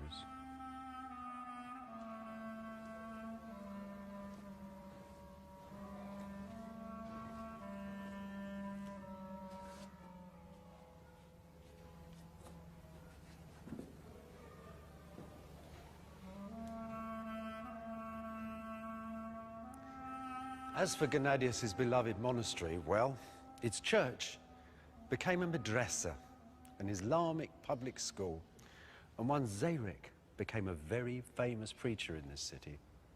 Now, when Mehmet first came to the church, his quick eye had noticed a great line of stone sarcophagi along the aisle there. In fact, they were the tombs, the sarcophagi, of the last kings of Byzantium. John of Florence was buried here, his brother, their queens. These he took for his new palace in the city.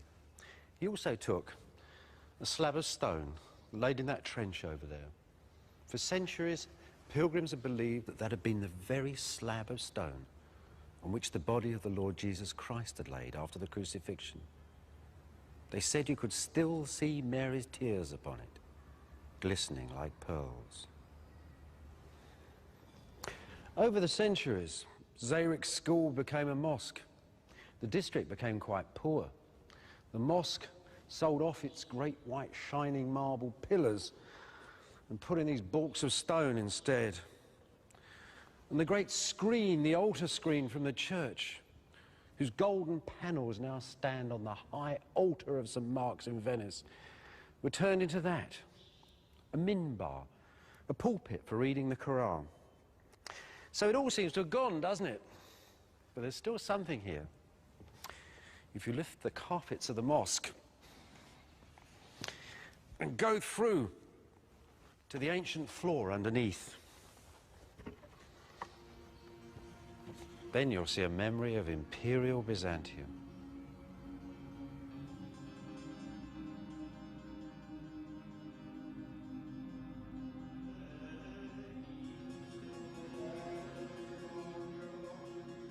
There are still descendants of the Byzantines today, a dwindling community at the ancient heart of one of the largest cities in the modern world.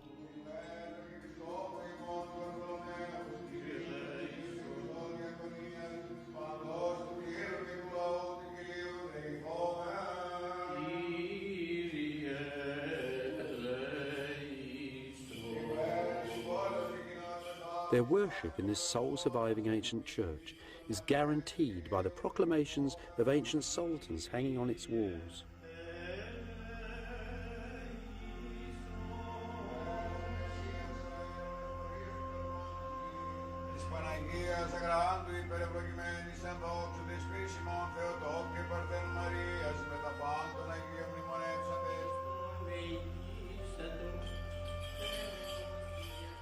Their church has survived schism and poverty.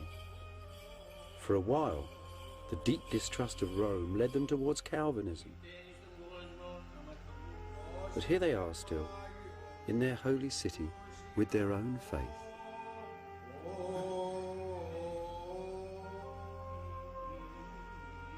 Scattered too, through myriads of monasteries and far-flung churches, pale shadows of the ancient earthly empire of Byzantium.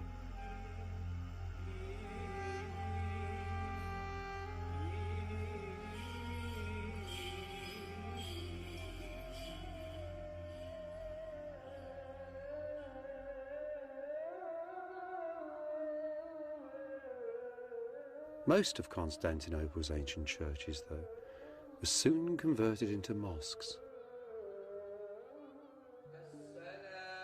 This little mosque was once a chapel in the ancient palace of Byzantium.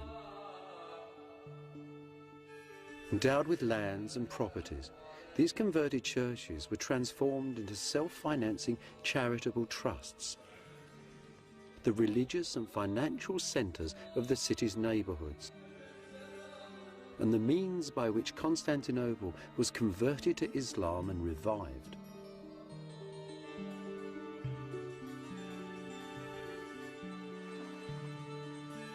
Under Turkish rule, Constantinople was to become a rich and thriving city once again, the centre of a mighty empire, just as it had been 1,000 years before.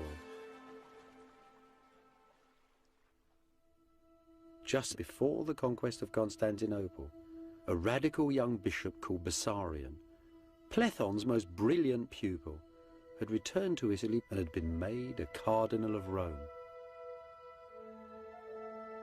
Some historians detect his portrait in this tragic bearded figure talking with Italian friends, chic young men of the Renaissance, painted by Piero della Francesca. Here at Rome, Bessarion did what Byzantines had done at Constantinople for centuries. He made a villa by the city walls.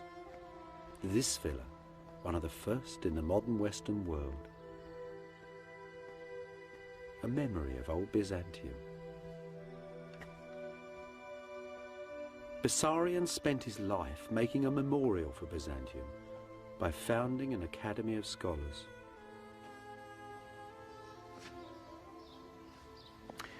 You know, I suppose Bessarion bought his academy here when it got very hot in the summer months. This academy was a group of people who he'd gathered around him. Some were exiled Byzantines, many of them were Europeans, but everybody who could help him hold the identity of Byzantium together for as long as possible. Poets, artists, writers, translators, all sorts of people. Couldn't have been that difficult to find people, because this was a really fashionable idea. Dear old Platon had introduced Plato to the West. The Renaissance was beginning. This is early Renaissance building. For a few years, this was the coolest place on the planet. So you've got to think, perhaps, that this was the place too, where one day in the summer, 1452, Bessarion sat down to write to Mistra. He was writing a letter of condolence to Platon's sons. The old man had died with the spring flowers in June of that year. Bessarion wrote a letter, such a letter. He said that Platon had been his teacher, his father and his friend. It was one of the last authentic letters of the ancient world. After that, Byzantium became something to be seen in libraries and museums. Above all, Bessarion preserved the dream. He gathered the pure air of Mistra, the ideals of Constantinople, the energy of ancient wisdom, and made a single beauteous image of that most complicated empire.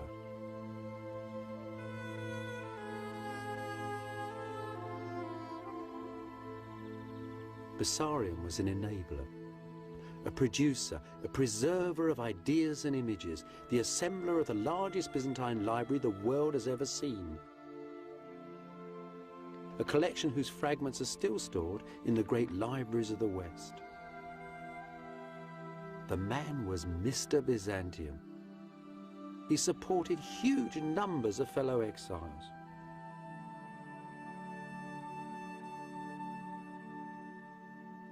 He also used to place refugees all over Europe in jobs. This is a handmade Greek text of Homer's Iliad, made by a refugee from Mistra. And in the front of this beautiful volume is a picture of Homer wearing a Byzantine hat.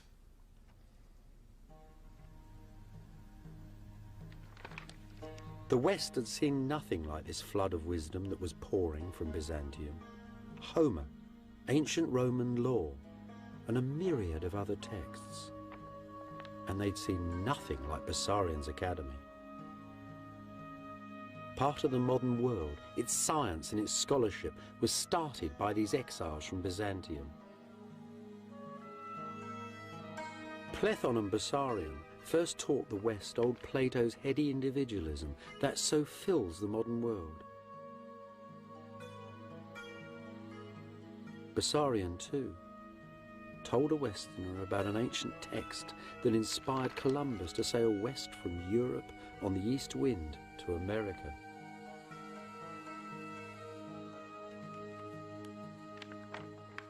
There is, though, a deeper and yet more fundamental legacy. A vision of a universal order that stretches back through Byzantium, through Roman Greece to the Bible and the most ancient East. A vision that still fills the world today. A vision that exiled Byzantine artists drew out for us in dazzling detail at Voronezh, the most beautiful of Romania's lonely monasteries. See that cross there in the middle? That's the cross of our Lord standing on the holy throne of Byzantium, the center of the world. To the left is good, paradise. There's all the lords and ladies of Byzantium pressing through the pearly gates. On the right, hell. The Turks and everybody else, all the bad people struggling to get out. Good and bad, plus and minus, past and future, with heaven above and hell below, and pure energy at the center. A structured universal order that the modern world still understands and uses every day. And if there's nothing there that you can see from the modern world, just look at those demons, as black as SS officers, prodding their victims towards the ovens. That's a hell we made reality. And look at that over there, in paradise, the tree of life, the center of man's wisdom, the very plant that the god Gilgamesh 6,000 years ago in ancient Ur in Mesopotamia searched for. To him, the elixir of life was understanding. For us, perhaps, it's penicillin.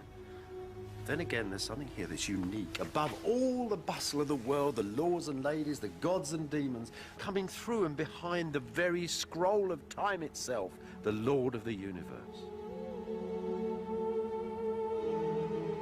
The heart of the atom, heaven's order in a grain of sand. Byzantium's fundamental legacy, this image of a universal structure. The universal order is as basic to the order of the modern world as is DNA to every individual in it.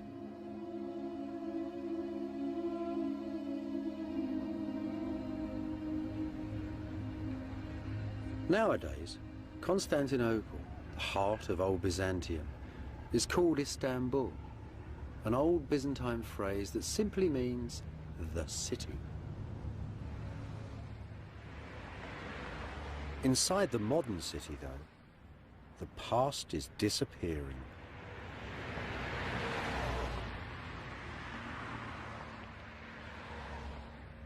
Ruins are often melancholy, but they should seldom make you angry. The end of Byzantium wasn't really brought about by the wicked West or the terrible Turk.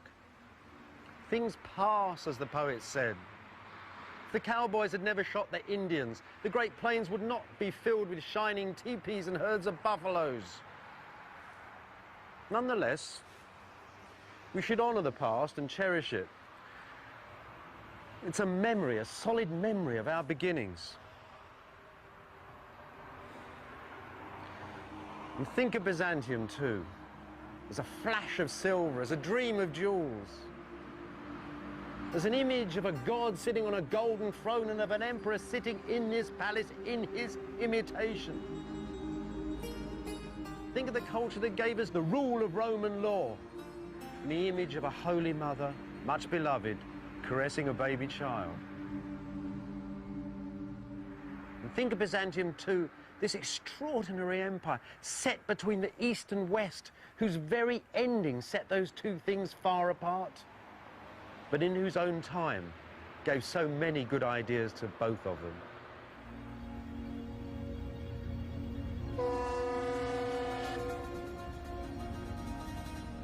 When sailing from Byzantium, listen to the city's fading sounds. Visit in your mind its golden images and all the shadows of its history. And as you wave goodbye, you'll discover that you can never really leave the past behind.